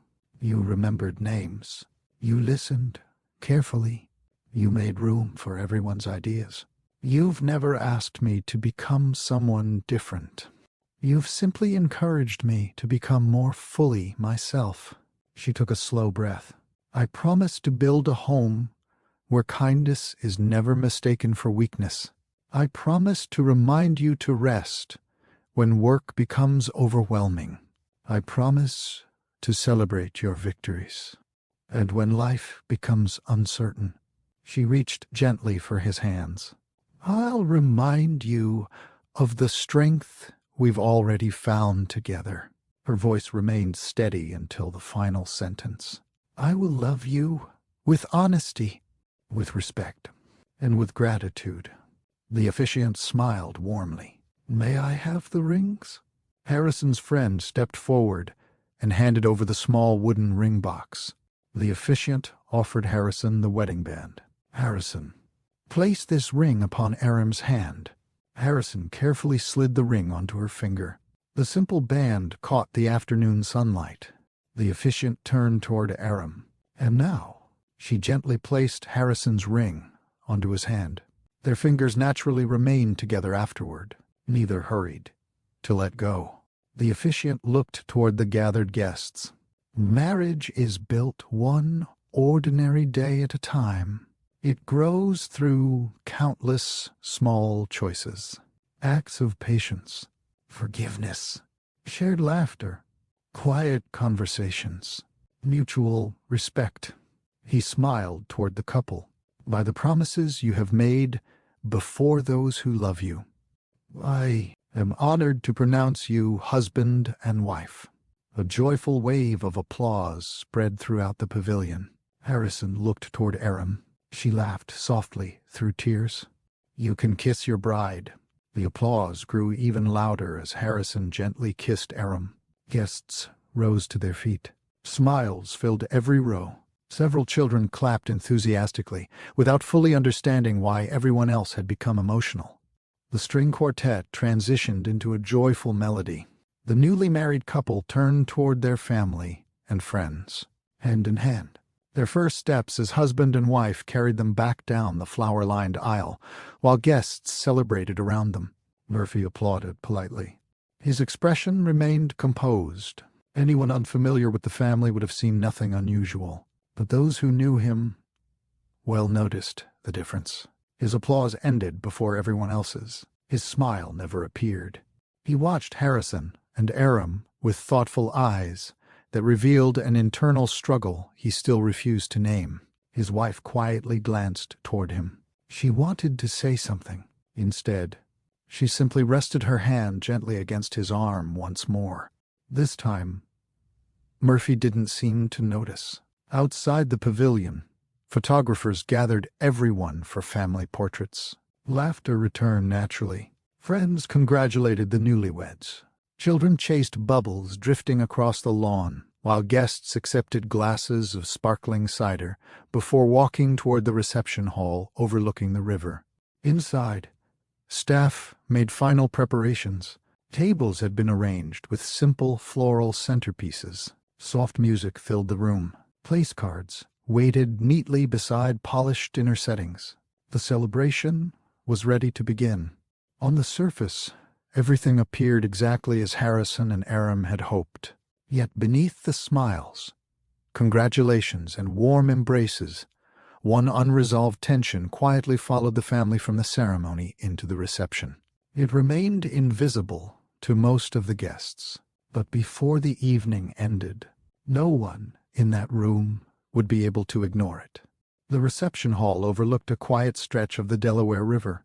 Late afternoon sunlight streamed through tall windows, casting a warm glow across polished wooden floors and round tables dressed in crisp white linens. Fresh wildflowers rested in simple glass vases, matching the arrangements that had decorated the ceremony only minutes earlier. Nothing about the room felt extravagant. Every detail reflected the choices Harrison and Aram had made together. Elegant without excess, beautiful without trying to impress. Guests slowly made their way inside, chatting comfortably as waitstaff welcomed everyone with sparkling cider and iced tea. The atmosphere gradually shifted from the quiet emotion of the ceremony to the joyful anticipation of a family celebration. Harrison paused just inside the entrance. He looked around the room with quiet satisfaction. Months earlier, he and Aram had stood inside this very hall while it sat completely empty. They had imagined where every table would go, where the dance floor should be placed, how guests would move comfortably through the room. Now, everything they had imagined had become reality. Aram stepped beside him. "So," she smiled. "What do you think?" Harrison looked around once more. "I think." He turned toward her. "You were right about the flowers." She laughed. "I knew you'd admit it eventually. They're perfect." She slipped her hand into his. "We did this." "We did." For a brief moment, they simply stood together, quietly appreciating the beginning of a day they had worked so hard to create. Guests gradually found their assigned tables. Laughter floated naturally through the room. Old friends reunited. Former co-workers exchanged stories. Neighbors who had known Harrison since childhood smiled as they admired wedding photographs displayed near the entrance. Murphy entered several minutes later with his wife. Many guests greeted him warmly. "Congratulations. Beautiful ceremony. Your son looks happy." Murphy answered each greeting politely. "Thank you. We appreciate you coming."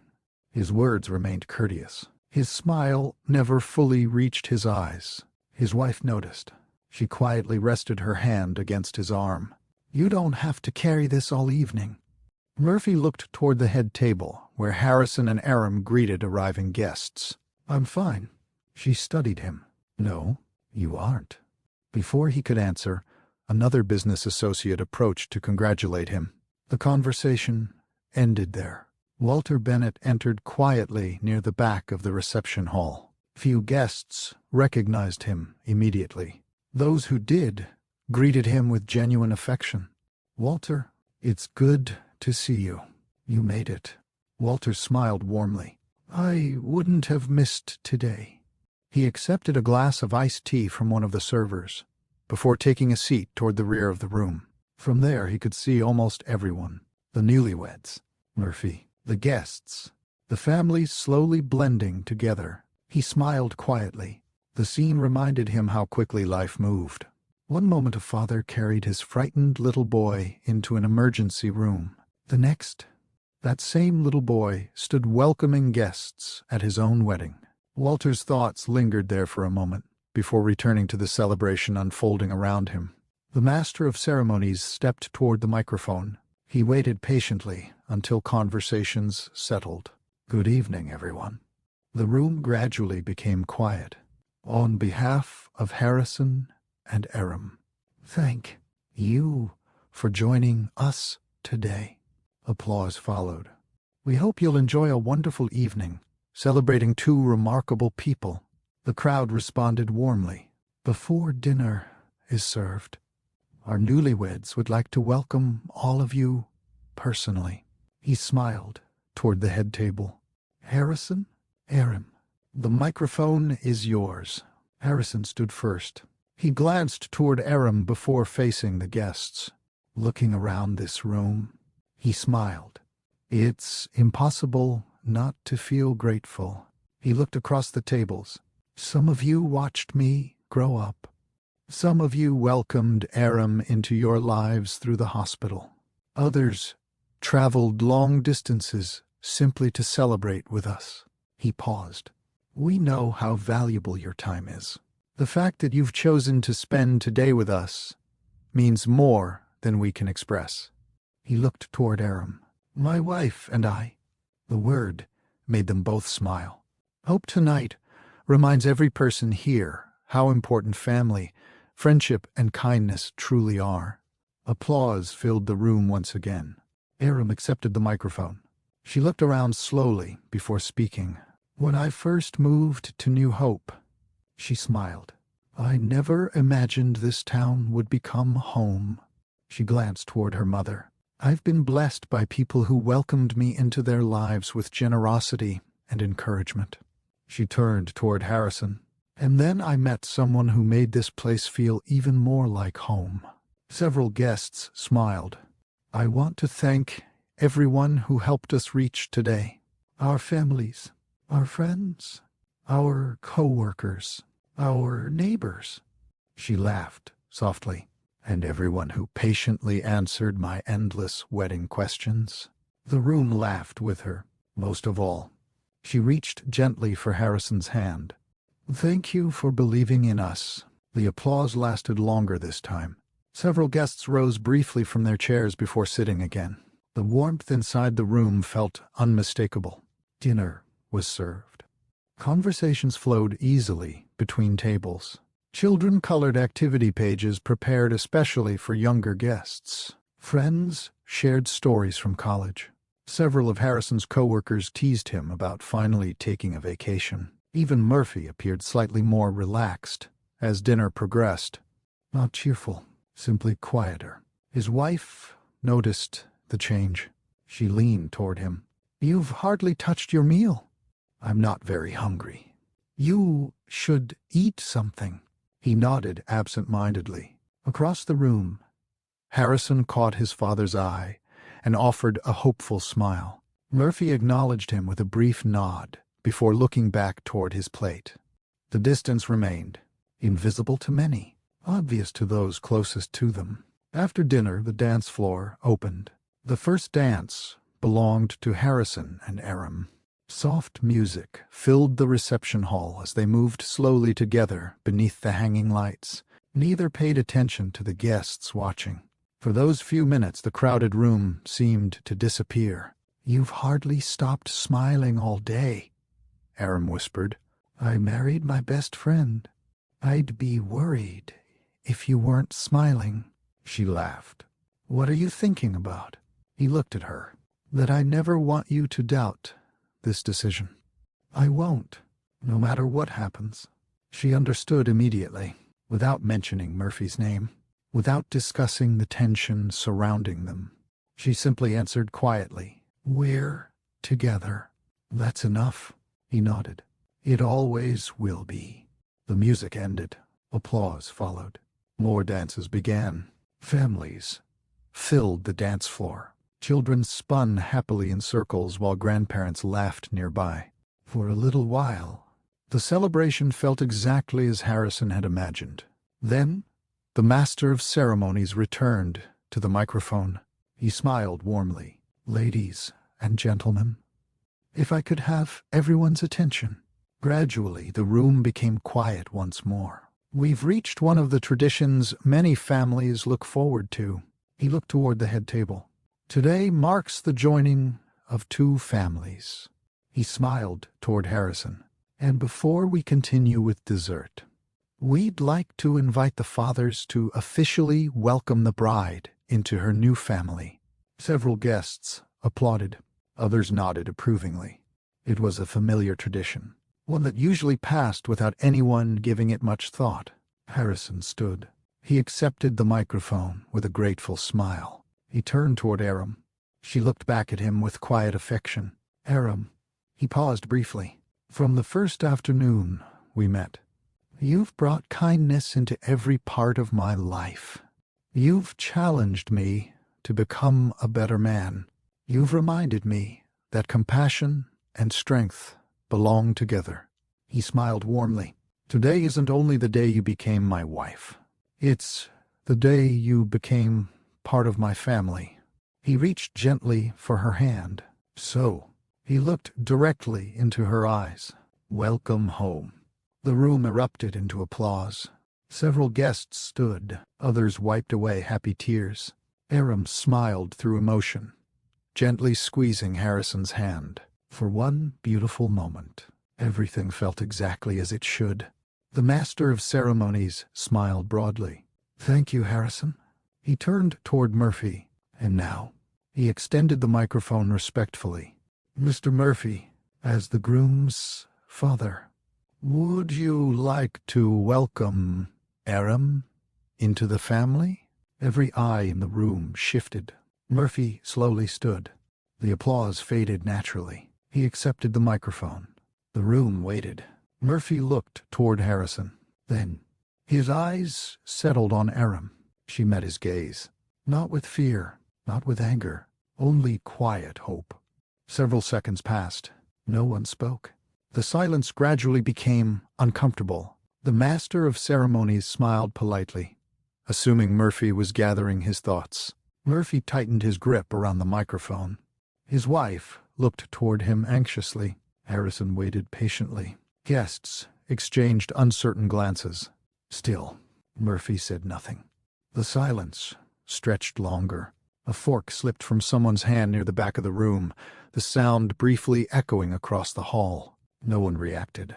Every person remained focused on Murphy. Finally, he lowered the microphone.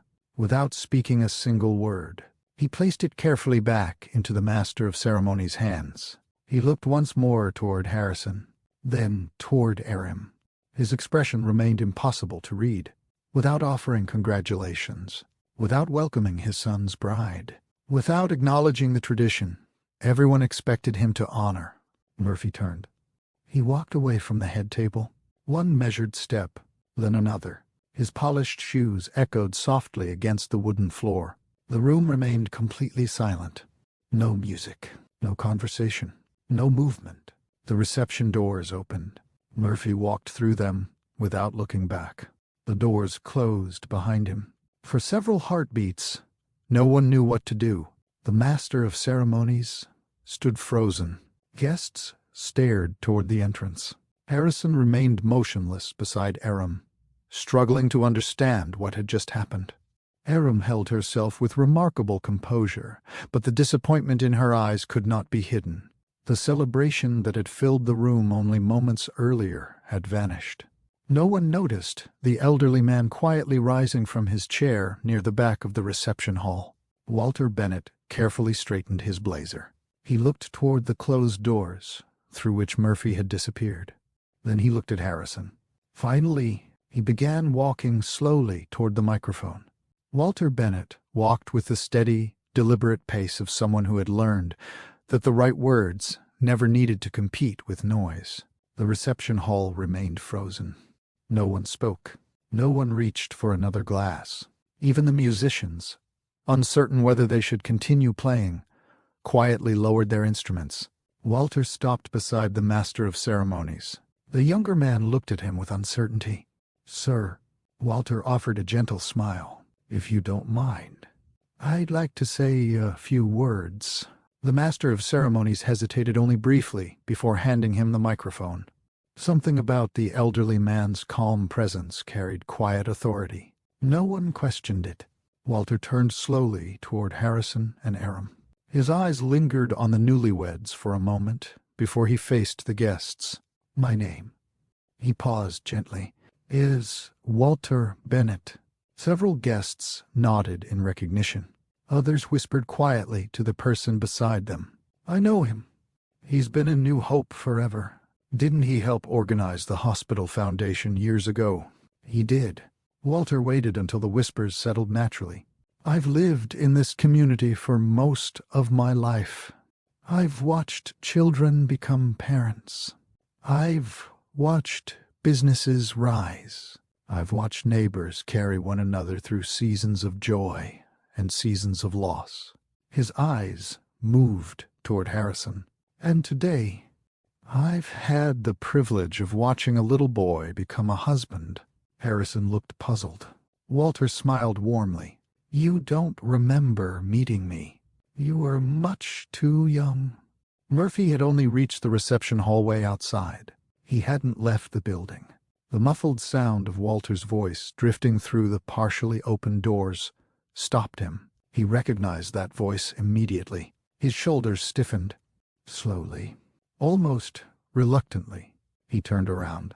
He stood just beyond the doorway, unseen by most of the guests inside. Walter couldn't see him either.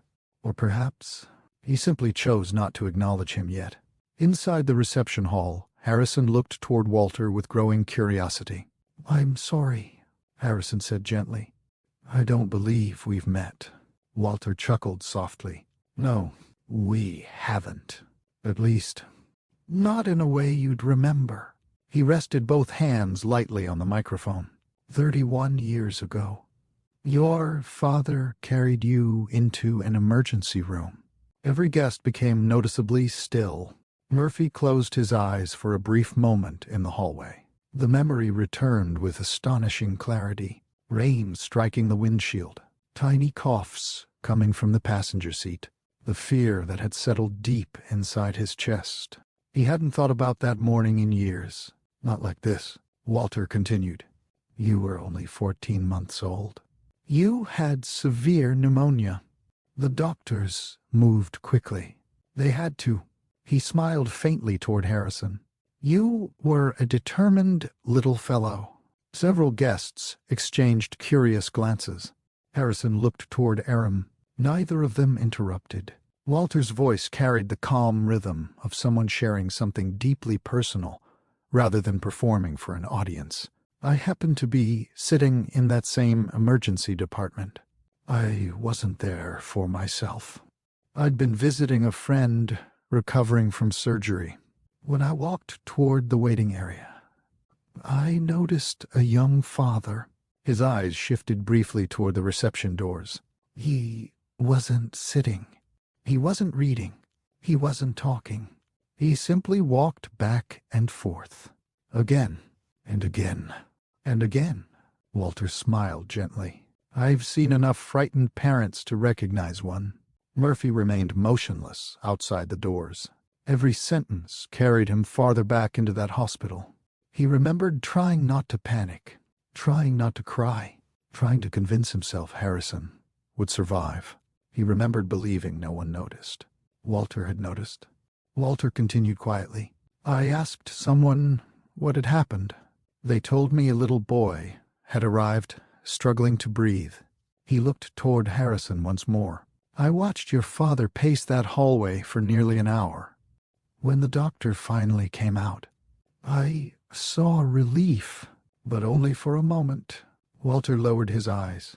Another employee approached him. They discussed paperwork, insurance, hospital costs. I watched hope disappear from your father's face almost as quickly as it had returned. Complete silence filled the room. Even those who had never experienced financial hardship understood exactly what Walter meant. Aram slowly reached for Harrison's hand beneath the table. He held it without taking his eyes off Walter. His thoughts raced. His father had spoken countless times about building Murphy and Sons construction, about difficult jobs, about long hours. He had never once mentioned a hospital, never mentioned Walter, never mentioned any of this. Walter smiled gently. I still remember the words your father said. His voice softened.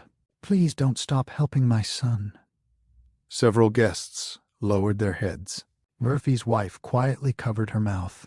She had known Harrison became seriously ill as a baby. She had never known the details surrounding that day. Murphy had carried the memory alone. Walter continued. I walked to the admissions desk. I asked how much money was needed. He paused. I paid the bill. A quiet murmur spread through the reception hall. Not loud. Simply surprised. Several guests looked instinctively toward Murphy's empty chair. Others looked back toward Walter. Harrison blinked slowly. What? The word escaped before he realized he had spoken aloud. Walter nodded gently. Yes, I paid the hospital deposit. Not because I knew your family. I didn't. Not because I expected repayment. I never did. I simply believed no father should have to choose between worrying about his child and worrying about money. The room became completely still once again. Outside the doorway, Murphy slowly leaned against the wall. His breathing had become noticeably heavier. He remembered every detail now. The folded receipt. Walter's hand resting on his shoulder. The promise. The promise. His eyes closed tightly. Walter looked around the reception hall. I've never told this story publicly. There was never any reason to. He smiled softly. Kindness isn't supposed to become a performance. It isn't something we place on display. You simply do what's right. He looked toward Harrison. Your father thanked me that day. He promised he'd repay every dollar. A faint smile crossed Walter's face. I told him not to. I told him that if life ever became generous to him, he should help someone else instead. Walter paused. The silence that followed felt heavier than any words. Many guests had already begun to understand where the story was leading. Others still looked confused. Only Murphy fully understood, because he remembered the exact promise, word for word. Walter slowly turned toward the reception entrance. His voice remained gentle, never angry, never accusing. Murphy, for the first time since leaving the head table, every guest looked toward the open doorway. Murphy stood there, still, silent, unable to pretend he hadn't heard. Walter looked directly at him. I didn't come here today to embarrass you. I came because I couldn't leave without honoring a promise that belongs to both of us. Murphy's face lost what little composure remained. His eyes settled briefly on Harrison, then on Aram, finally back on Walter. Not a single person inside the reception hall moved. The room had become so quiet that the distant sound of the river beyond the windows seemed suddenly louder than before. Walter took one slow breath. He wasn't finished. Not yet. Because the story of one hospital bill was never really about money. Walter looked at Murphy with the same calm expression he had worn decades earlier inside the hospital. There was no anger in his face, no satisfaction, only disappointment mixed with compassion. He lowered the microphone slightly before continuing. That morning wasn't important because I wrote a check. He slowly shook his head. It was important because I saw a young father who loved his little boy more than his own pride. Murphy remained near the doorway. His hands rested at his sides. For the first time all day, he seemed unsure where to look. Walter continued. I remember the man standing in that emergency room. He hadn't slept. His boots were covered with mud from a construction site. He kept apologizing to the nurses because he thought he was asking too many questions. A few quiet smiles appeared among the guests. Walter smiled as well. I finally told him, you don't have to apologize for loving your child. Murphy lowered his eyes. The memory felt as vivid as if it had happened the previous week. Walter slowly walked a few steps across the dance floor. I'd like all of you to understand something. He looked toward the guests. When I first met Murphy, he wasn't a millionaire. He wasn't a business owner. He wasn't shaking hands with developers or leading construction meetings. He was simply a hard-working young father, trying to hold his life together. Walter glanced toward Harrison. He worked wherever people would hire him. If someone needed a roof repaired, Murphy was there. If a church needed a broken staircase rebuilt, Murphy was there. If an elderly widow couldn't afford labor costs, he often reduced his own paycheck. Several older guests exchanged knowing looks. One elderly gentleman nodded quietly. "I remember that." Walter smiled. "So do I." "He didn't have much," Walter continued. "But whatever he had, he shared. He earned trust because people knew his word meant something." Walter looked directly at Murphy again. "Your reputation wasn't built by money. It wasn't built by expensive offices. It wasn't built by awards hanging on a wall. It was built because people believed your heart matched your handshake." Murphy swallowed quietly. His breathing remained slow, but noticeably heavier. Every sentence felt less like criticism and more like someone carefully uncovering memories he had buried beneath years of success. Walter folded one hand over the other. "I watched this community support Murphy when he needed work. People recommended him when he needed opportunities. Someone always opened another door. When one project finished, another person trusted him with something bigger." He looked around the room. "None of us succeed alone. No business, no family, no life. We all stand today because someone reached back and helped us yesterday." The room remained completely silent. Several guests nodded almost instinctively. The truth needed no explanation. Walter's voice became even gentler. "I never expected Murphy to repay me. I truly didn't. I hoped something much greater would happen." He smiled faintly. "I hoped that one act of kindness would someday become another, and then another, and another, because that's how communities become stronger. One generous decision at a time." He looked toward Harrison. "Your father promised me something." Murphy slowly closed his eyes. He already knew what Walter would say. "He looked me in the eye," Walter continued, "and said, 'I'll never forget what you've done for my son.'" Walter paused. "One day, I'll help someone the way you've helped me." The words settled over the room with extraordinary weight. No one interrupted. No one shifted in their seat. Even the servers had quietly stopped moving. Walter turned fully toward Murphy. "I believed you. I truly believed you." His voice never rose. "I still believe the man who made that promise exists." Murphy finally looked up.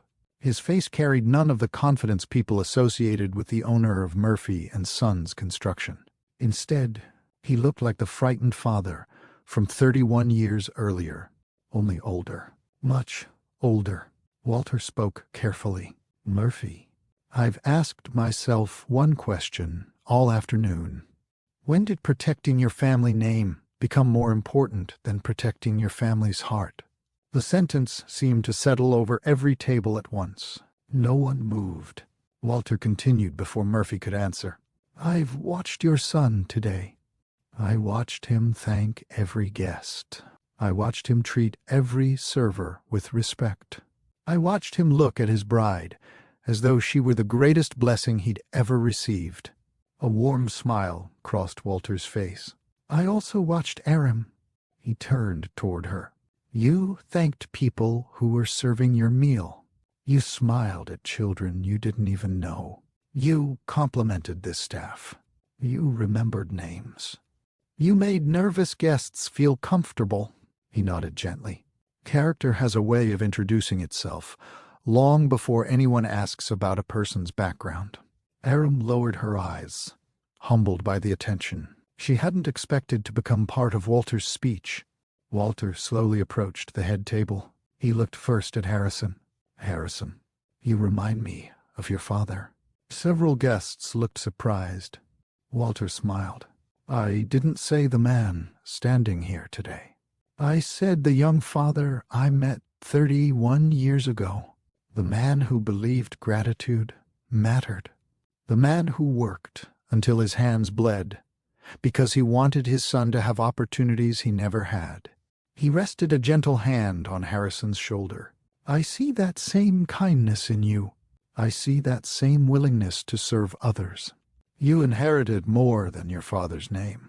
You inherited the best parts of the man he used to be. Harrison's eyes filled quietly. He glanced toward Murphy. For the first time that day, he wasn't looking with disappointment.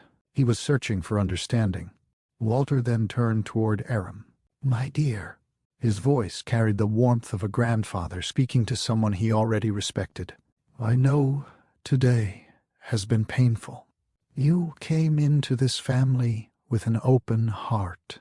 You showed respect even when respect wasn't immediately returned. You answered uncomfortable questions with grace. You never embarrassed anyone. You never responded with bitterness. He smiled kindly. I've lived long enough to recognize quiet strength when I see it. Aram blinked away tears. Thank you, Mr. Bennett. Walter shook his head gently. No, thank you for loving Harrison, for helping him become an even better man, and for refusing to let another person's opinion change the goodness that's already inside you. Several guests quietly applauded. The applause grew naturally, not loud, simply heartfelt. Walter allowed the room to settle once again. Then he looked toward Murphy for what felt like the longest moment of the evening. When I entered this reception, I wasn't planning to speak. Murphy looked surprised. Walter nodded. I came to celebrate. I intended sit quietly. I intended to eat dinner. I intended to watch two wonderful young people begin their marriage. He paused. But when I watched you place that microphone back into another man's hand, realized silence would make me part of the mistake. Murphy's shoulders slowly dropped. The words reached him in a way anger never could. Walter continued softly. You investigated Aram.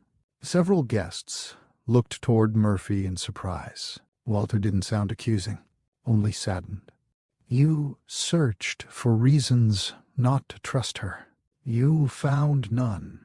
Murphy's eyes widened. He hadn't told anyone. Walter smiled faintly. You forget how small towns work. I know the investigator. He never shared private details. He simply told me something that stayed with me. Walter looked directly into Murphy's eyes. He said, she's exactly who she claims to be. The room became even quieter. Murphy never denied it, because he couldn't. Walter continued. You weren't fighting facts. You were fighting your own fears. The truth settled heavily across the reception hall. No one could mistake it now. Murphy's struggle had never been about Aram.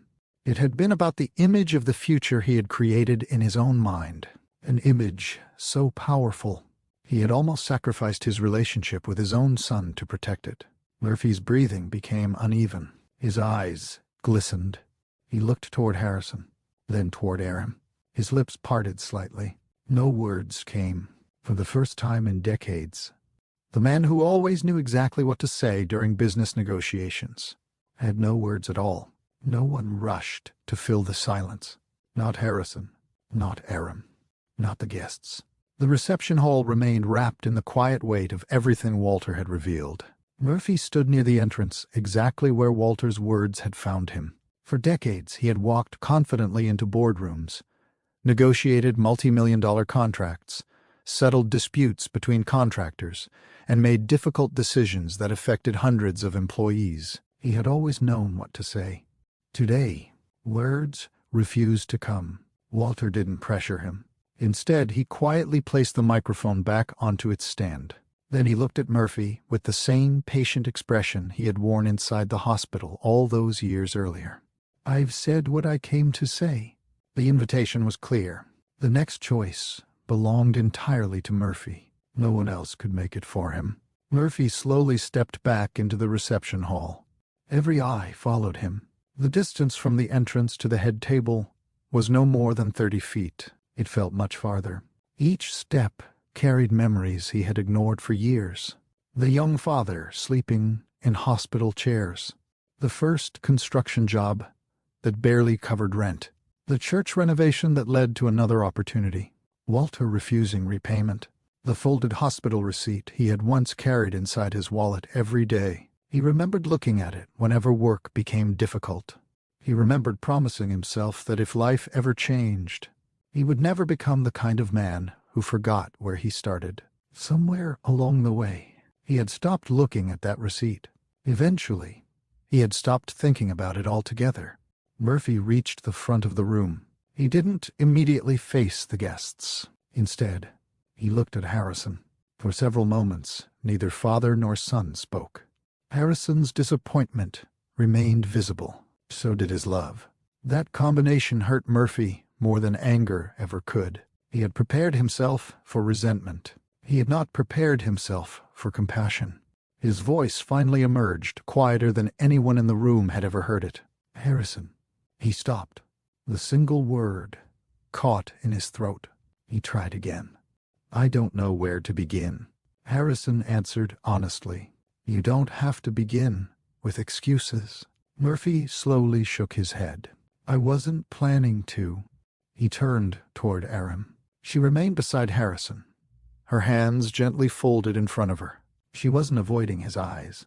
Neither was she demanding an explanation. She simply waited. Murphy looked at her for several long seconds. "I owe you an apology." His voice trembled slightly. "I judged you before I truly knew you." He lowered his eyes. "I convinced myself I was protecting my son." He gave a faint, painful smile. "The truth is, I was protecting an image I'd created in my own mind." He looked back at her.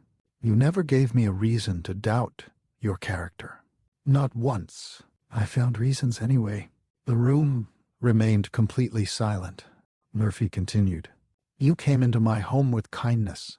You treated my wife with respect. You answered every question I asked. You never embarrassed me. And today," his voice weakened, "after everything I did, you still stood here with dignity." He took one slow breath. "I'm deeply sorry." There was nothing rehearsed about the apology. No carefully chosen business language. No attempt to justify himself. Only honesty.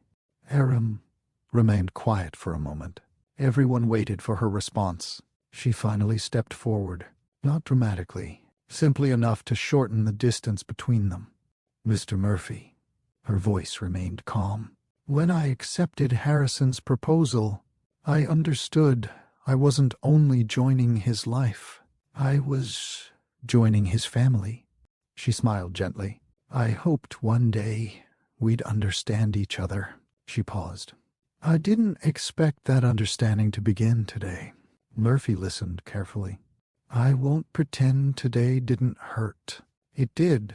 Her honesty filled the room. But pain doesn't have to decide what happens next. She looked toward Harrison briefly before returning her attention to Murphy. "I believe people can change. I work with children every day. I've watched them accomplish things doctors once believed impossible." She smiled faintly. "I've learned never to underestimate what can happen when someone truly decides to grow." Murphy's eyes filled. He gave a small, almost imperceptible nod. It was the first hopeful gesture anyone had seen from him all afternoon. Walter quietly watched the exchange. His face softened. He hadn't come expecting perfection, only truth. And truth had finally arrived. He stepped forward once more. There comes a moment in every person's life when they stop asking who is right and begin asking what is right. He looked around the room. That's the moment character reveals itself. His gaze rested on Murphy. "You cannot change what happened this afternoon. You cannot take back silence. You cannot erase the hurt. He smiled gently. But you can decide what kind of man walks out of this room. Murphy nodded slowly. I understand. Walter continued. The promise you made me 31 years ago was never about paying a hospital bill. It was about remembering what it felt like to need grace. He looked toward Harrison and Aram, and offering that same grace to someone else. Walter's words settled quietly over the room. No one applauded. They simply listened. Murphy looked toward the guests. Many were longtime friends, former co-workers, neighbors, employees, people who had admired him for years. For the first time in his professional life, he wasn't concerned with protecting his reputation. He cared only about telling the truth. I've spent years believing success meant never appearing weak. He spoke clearly now. I was wrong. He glanced toward Harrison. My son became the kind of man I always hoped he would become. A faint smile crossed his face. I just failed to recognize it, because it didn't happen the way I expected. He turned toward Aram. I saw differences instead of values. I saw background instead of character. I saw assumptions instead of the person standing in front of me. He lowered his head. That's my failure. No one else's. Murphy slowly reached into the inside pocket of his suit jacket. Several guests watched curiously. He removed a worn leather wallet. The edges had softened from years of use. He opened one of the inner compartments. Carefully, almost reverently, he unfolded an old piece of paper. Its creases showed the passage of decades. He looked at it quietly. I thought I'd thrown this away years ago. His voice barely rose above a whisper. I didn't. He held it between his fingers. The hospital receipt. Walter smiled softly. Murphy looked at it one last time before carefully folding it again. I kept it. I simply stopped seeing it. Those words reached Harrison more deeply than anything else his father had said. He suddenly understood. His father hadn't forgotten the promise. He had buried it beneath years of ambition. There was a difference. Not an excuse, but a difference. Murphy walked toward Harrison. Neither man hurried. When they finally stood face to face, Murphy looked directly into his son's eyes. I've asked you to respect my decisions your entire life. Harrison nodded. You did. Today, Murphy continued. I'm asking you for something much harder. What? I hope. He swallowed. That someday you'll respect the man I'm trying to become. Harrison didn't answer immediately. Instead, he stepped forward and embraced his father. The room remained silent. No applause interrupted the moment. No one wanted to. Some moments deserved quiet. Murphy closed his eyes. For the first time in years, he allowed himself to cry. Not loudly, not dramatically. Simply the honest tears of a man finally laying down a burden he had carried far too long. Walter looked toward the musicians and gave a small nod. They understood. Soft piano music gradually returned to the room. Conversations didn't immediately resume. Guests remained thoughtful, speaking quietly with one another. Some hugged family members. Others reflected silently. The celebration had changed. Not because the wedding had been ruined, because everyone present had witnessed something far more lasting than a perfect reception. They had watched pride give way to humility. As evening settled over the Delaware River, laughter slowly returned to the reception hall. Not forced laughter, gentle laughter. The kind that naturally follows honest healing. Harrison and Aram shared another dance. This time, Murphy remained in the room. He didn't interrupt. He didn't try to become the center of attention. He simply watched his son and daughter-in-law begin their marriage. Walter quietly returned to his seat near the back of the hall. He accepted another glass of iced tea from one of the servers, smiling with quiet gratitude. His work was finished. The promise made in a hospital waiting room 31 years earlier had finally found its way home. The relationships within the Murphy family would never return to what they had once been. They would become something better, not because the past had disappeared, but because the truth had finally been allowed to reshape the future. The wedding became one of the most talked about events New Hope had seen in years. Not because of the flowers, not because of the riverside ceremony, not because Harrison married a remarkable woman. People remembered it because they had witnessed something few ever expected to see. A respected businessman had been forced to confront the difference between the reputation he had built and the character he had almost forgotten. Yet life, as it always does, moved forward. Monday morning arrived. Restaurants reopened. Construction crews returned to job sites. The Children's Hospital welcomed another week of young patients. Tourists filled Main Street once again. To everyone else, the wedding slowly became another story shared over coffee. For Murphy, it became impossible to leave behind. 3 weeks passed. Murphy returned to work the following Monday, exactly as he always had.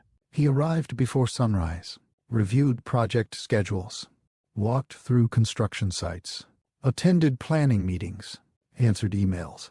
Employees noticed something had changed. Not dramatically, quietly. The man who once hurried through every conversation now lingered a little longer. He asked laborers how their families were doing. He stopped to thank apprentices for staying late to finish difficult jobs. When one foreman apologized for delaying a delivery because his daughter had been admitted to the hospital with a broken arm, Murphy surprised everyone. "Don't apologize." The foreman looked confused. "I'll make up the time." Murphy gently shook his head. "Your daughter only gets one father. Be with her. We'll handle the schedule." The foreman stared at him for a moment. "Thank you." Murphy simply nodded. As the foreman walked away, Murphy stood alone beside a stack of steel beams. He remembered another father, another hospital, another promise. That evening, Murphy drove home later than usual. Instead of going inside immediately, he remained sitting in his vehicle. The porch light glowed softly against the front of the house. For years he had taken pride in everything it represented: success, security, stability. Now another thought quietly entered his mind. What good is building a beautiful home if the people inside no longer feel welcome? He sat there several more minutes before finally walking inside. His wife found him standing in the hallway, looking at the family photographs. There were dozens. Harrison's first day of kindergarten, Little League games, high school graduation, architecture school, fishing trips, Christmas mornings, family vacations. She quietly walked beside him. "You've been looking at these a lot lately." Murphy smiled faintly. "I forgot how quickly children grow up." She slipped her arm gently through his. "We notice when they're young. We don't notice ourselves growing older." He nodded. "I missed things." She looked at him. "What kind of things?" He stared at one photograph showing Harrison around 8 years old, proudly wearing an oversized construction helmet at one of Murphy's early building sites. "I thought providing for him was enough." She remained silent. "I worked every weekend. I stayed late. I told myself I was doing it for him." "You were." "I was," he agreed. "But somewhere along the way," he paused, "I stopped asking who I was becoming while I was building everything else." She rested her head lightly against his shoulder. "You're asking now?" Another week passed. On a quiet Thursday morning, Murphy drove toward the edge of town instead of heading to the office. Walter Bennett lived in a modest white farmhouse surrounded by mature oak trees and a carefully tended vegetable garden. Nothing about the property suggested wealth. Everything suggested care. Murphy parked beside the gravel driveway. For several moments, he remained inside the truck. He wasn't sure why walking from the driver's seat to the front porch suddenly felt so difficult. Finally, he climbed out. The wooden steps creaked softly beneath his boots. Before he could knock, the front door opened. Walter smiled. "I had a feeling you'd come." Murphy looked surprised. You knew? Walter laughed quietly. No, I just hoped. Murphy lowered his eyes. I wasn't sure you'd want to see me. Walter stepped aside. Come in. The house smelled faintly of fresh coffee and cinnamon. Bookshelves lined the living room walls. Family photographs rested on nearly every table. Several old woodworking tools hung neatly above the fireplace. Murphy recognized many of them. Walter had restored furniture as a hobby for years. You still make rocking chairs.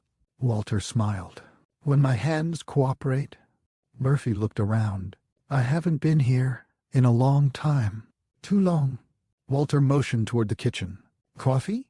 I'd like that.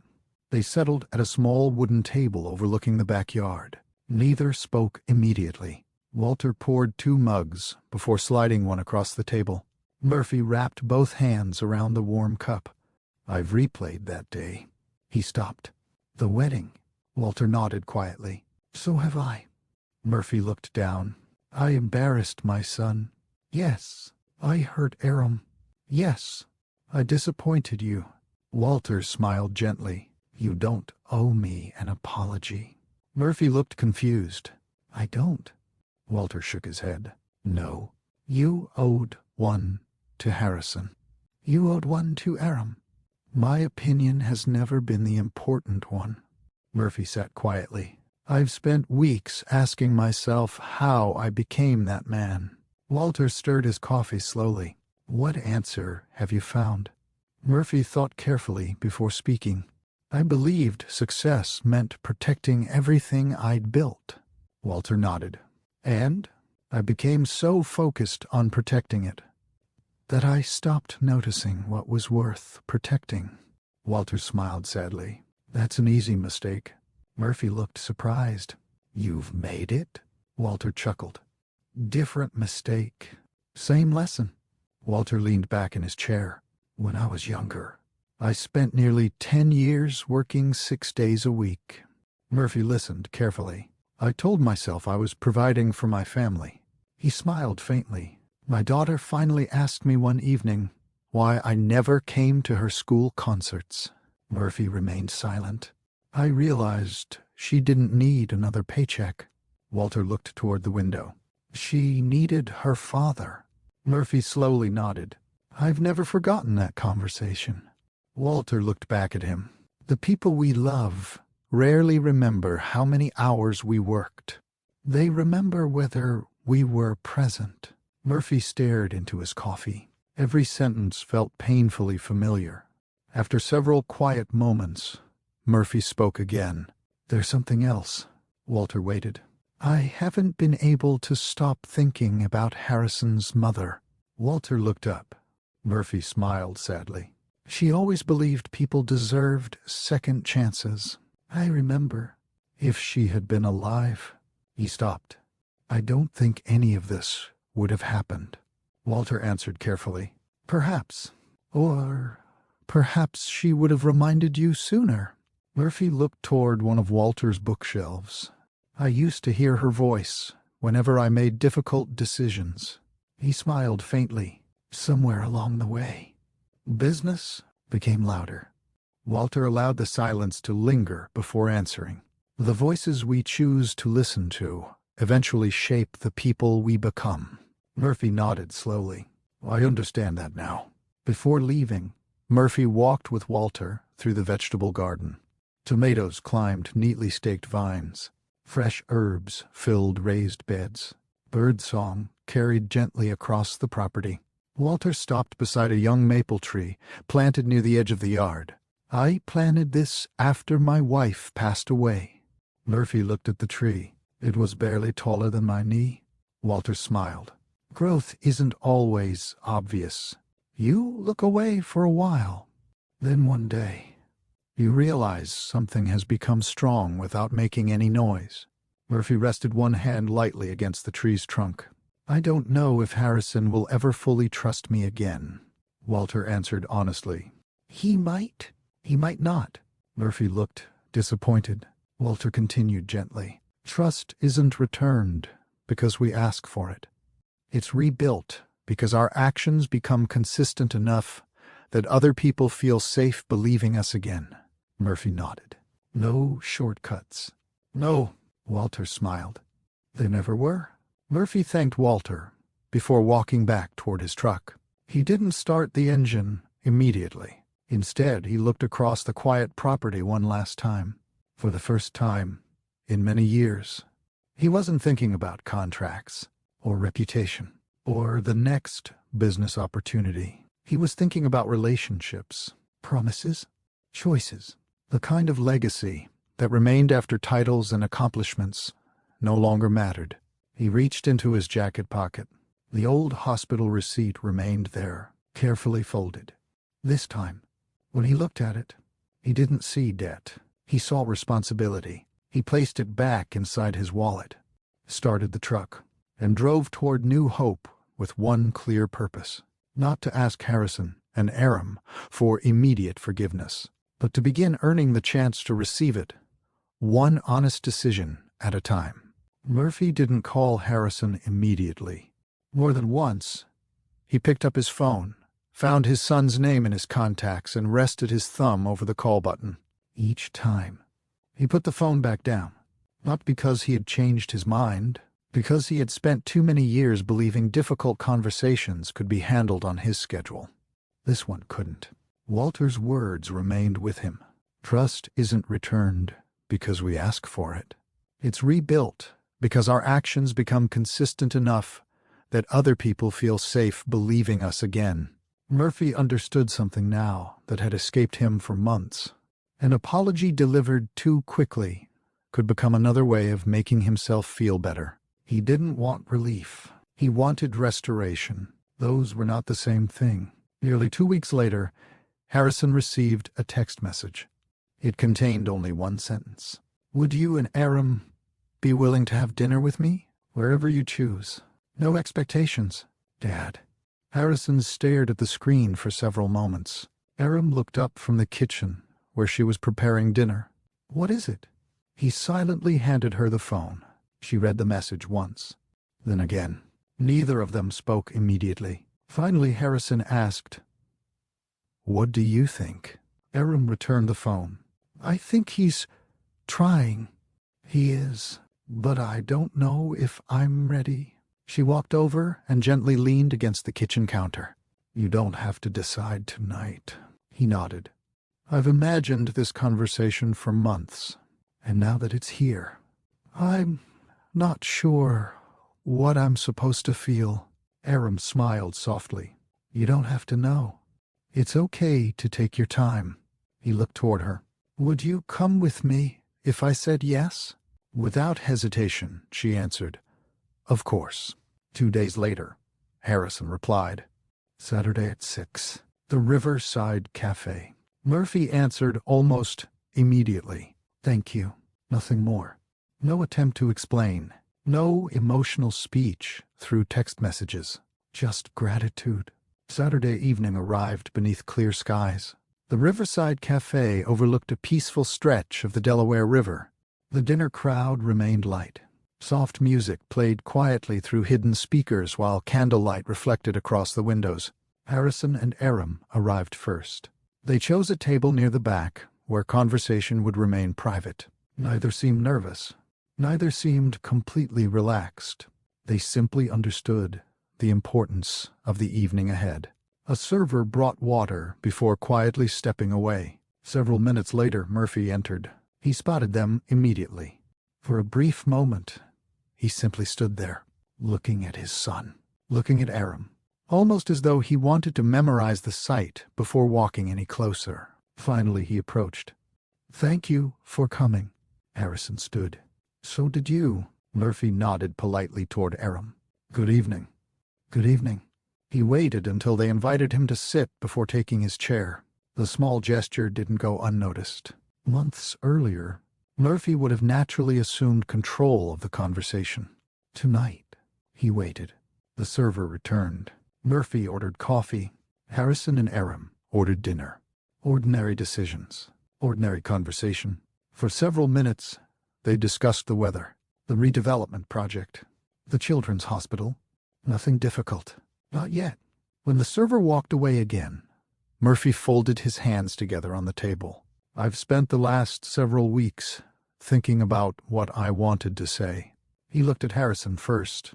I realized every version sounded like I was trying to explain myself.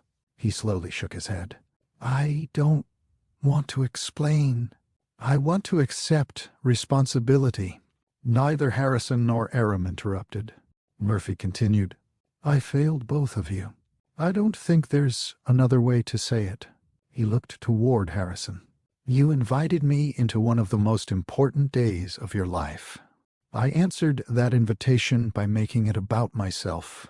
His voice remained steady, but the steadiness came from honesty, not confidence. I've replayed that moment more times than I can count.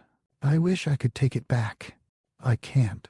He lowered his eyes briefly. So, I'm here to tell you something much simpler. I was wrong. Harrison listened quietly.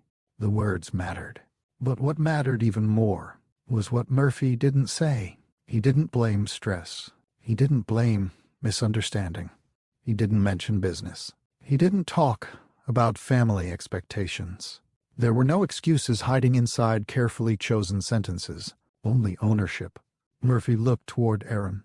I owe you an apology that should have happened long before the wedding. His expression softened. You entered my home with respect. You answered questions that were none of my business. You treated my family with kindness. You never raised your voice.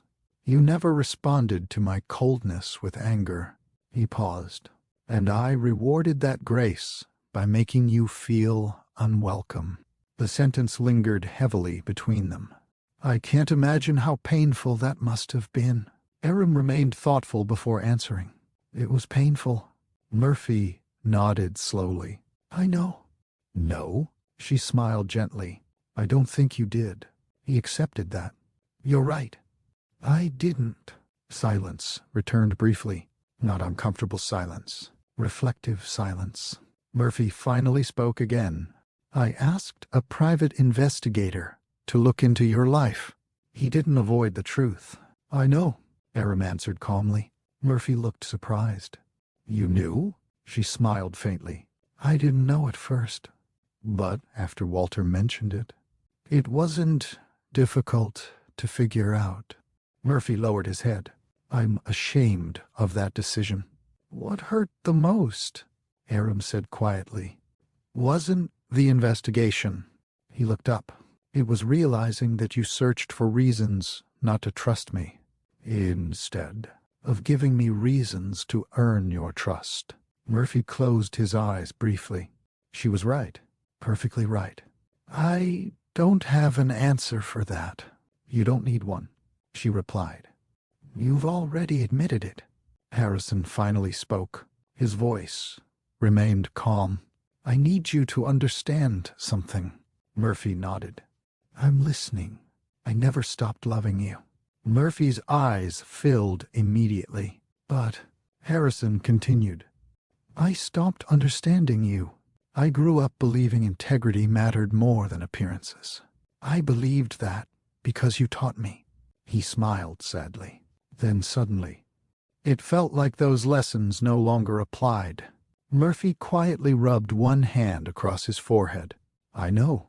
I kept asking myself where the father who taught me those things had gone. Murphy answered honestly. So did I. Neither man smiled. Yet somehow, the distance between them had already begun shrinking. Not disappearing, simply shrinking. Dinner arrived. For several minutes conversation became lighter. Not because the difficult subjects had been forgotten, because everyone at the table needed a moment to breathe. Murphy noticed the ease with which Harrison and Aram worked together. Without discussing it, one passed bread while the other poured water. One remembered the other's favorite dressing before the server even asked. Small habits developed through everyday life. Murphy watched quietly, not with judgment, with appreciation. He realized he had spent so much time worrying about where Aram came from. He had almost missed seeing the life she and Harrison had already built together. As the evening drew to a close, Murphy reached into his jacket pocket. Harrison immediately recognized the familiar worn wallet. Murphy removed the folded hospital receipt. He placed it gently on the table. "I've carried this for 31 years. Neither Harrison nor Aram touched it." Murphy smiled quietly. "I used to think it reminded me where I started." He looked toward them. "Now it reminds me where I lost my way." He carefully folded it once again, before returning it to his wallet. "I'm not asking either of you to trust me today." He stood slowly. "I haven't earned that." He looked at Harrison. "I hope one day I will." Then toward Aram. "And I hope," his voice softened, "that someday, when you think about your wedding day, the memory that stays with you won't be my silence." He paused. "I hope it will be everything that came after." Aram stood. So did Harrison. For a brief moment, none of them knew exactly what to do. Then Harrison stepped forward first. He placed one hand gently on his father's shoulder. "This doesn't fix everything." Murphy nodded. "I know." "It doesn't erase what happened." "I know." "But," Harrison smiled faintly, "it's the first honest conversation we've had in a long time." "It is." Aram looked at Murphy. "I believe relationships are repaired the same way children learn difficult skills." Murphy smiled through tired eyes. "One step at a time." She nodded. "One step." Murphy gave a quiet smile. "I think I can do that." As they walked out of the cafe together, no one pretended everything had returned to normal. It hadn't. Trust would take time. Old wounds would not disappear overnight. But for the first time since Harrison and Aram had announced their engagement, the three of them walked toward the parking lot, not as people standing on opposite sides of a conflict, but as a family that had finally chosen to begin healing. Summer gradually settled over new hope.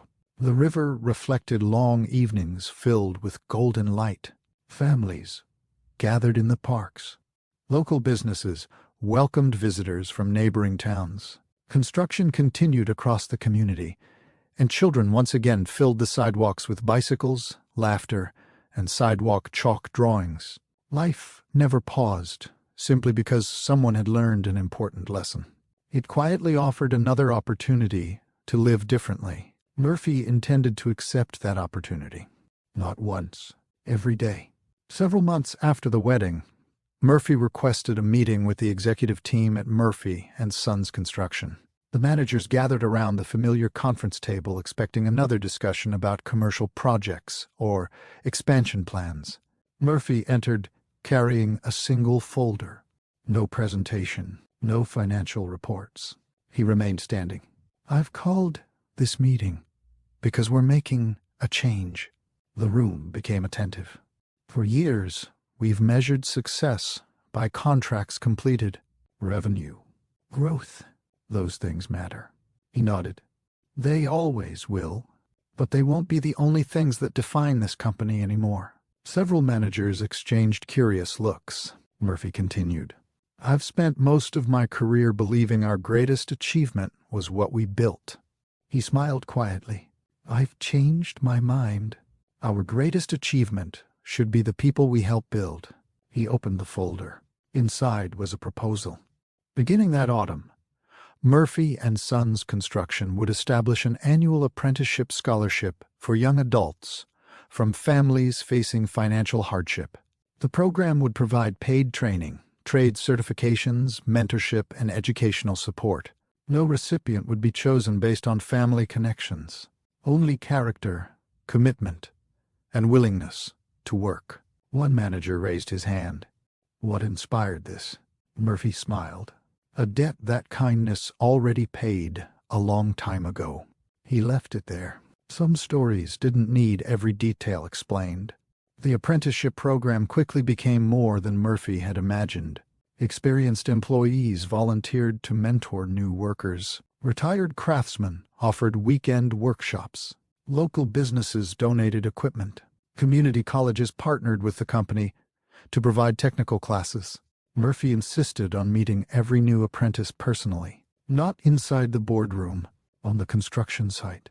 The first thing each apprentice heard him say remained the same. Everyone starts somewhere. No one succeeds alone. Those words weren't part of a company handbook. They had become part of his life. Walter Bennett heard about the program through a newspaper article. He smiled while reading it over breakfast. A few days later, Murphy arrived unexpectedly carrying 2 folding chairs. Walter laughed. "What are those for?" "I thought we could sit under your maple tree." Walter smiled. "I think that's the best meeting invitation I've received all year." They carried the chairs into the backyard. The young maple tree had grown noticeably taller since Murphy's previous visit. Walter looked toward it. "See?" Murphy smiled. "It really has grown." Walter nodded. "So have you." Neither man added anything else. They didn't need to. One Saturday morning, Murphy drove toward the children's hospital. He wasn't there for business. He carried a large cardboard box filled with construction toys, children's books, puzzles, and art supplies. The receptionist greeted him warmly. "Can I help you?" "I'm here to see Aram." A few minutes later, Aram stepped into the lobby wearing her hospital identification badge. She smiled with pleasant surprise. "Mr. Murphy." He looked toward the box. "I called ahead. They told me this floor works with children recovering from orthopedic injuries." "They do. I thought these might help." Aram looked inside the box. Every item had been chosen thoughtfully. Building blocks, adaptive puzzles, books about courage, art materials designed for children recovering from limited mobility. She looked back at Murphy. "You didn't have to do this." "I know. I wanted to." She smiled. "The children are going to love these." Murphy hesitated briefly. "Would you show me where they'll go?" She nodded. "I'd like that." Together they walked through the rehabilitation wing. Murphy watched children practicing difficult exercises with remarkable determination. He watched therapists celebrate tiny victories that most adults would overlook. One little boy proudly took 3 careful steps without assistance. The room erupted into applause. Murphy smiled. Later, as they walked back toward the lobby, he looked at Aram. "I understand now." She tilted her head slightly. "Understand what?" "Why Harrison admired your work so much." She laughed softly. "The children deserve all the admiration." "They certainly do." Autumn returned to new hope. One Sunday afternoon, the entire family gathered for dinner. Not because of a holiday, not because of a special occasion, simply because Harrison and Aram had invited everyone. Murphy arrived carrying a homemade apple pie. His wife smiled. "You baked?" Murphy laughed. "I had supervision." Walter stepped through the doorway, moments later, carrying fresh bread from the bakery downtown. Harrison welcomed him with a warm embrace. "I'm glad you came." Walter smiled. "I wouldn't miss family dinner." No one questioned the word family. It fit naturally now. During dinner, conversations moved easily around the table. Harrison described the latest phase of the redevelopment project. Aram shared a story about a young patient who had finally learned to climb stairs independently. Walter joked about losing another argument with the squirrels stealing tomatoes from his garden. Laughter filled the room. Murphy mostly listened. Months earlier, he might have tried to direct every conversation. Now, he found more joy in hearing everyone else's stories. At one point, Harrison looked toward his father. "Dad," Murphy looked up. "Yes?" "We're thinking about buying a house." Murphy smiled. "Have found one?" "We're still looking." He nodded thoughtfully. "When you're ready." "I'd be happy to walk through a few properties with you." Harrison smiled. "I'd like that." It wasn't a dramatic moment. No tears. No speeches. Just a father and son sharing an ordinary conversation. Sometimes ordinary moments revealed healing better than extraordinary ones ever could. After dinner, everyone moved onto the back porch. The evening air carried the first cool breeze of autumn. Walter looked toward Harrison and Aram, standing together near the yard. "They're building A good life. Murphy smiled. They are.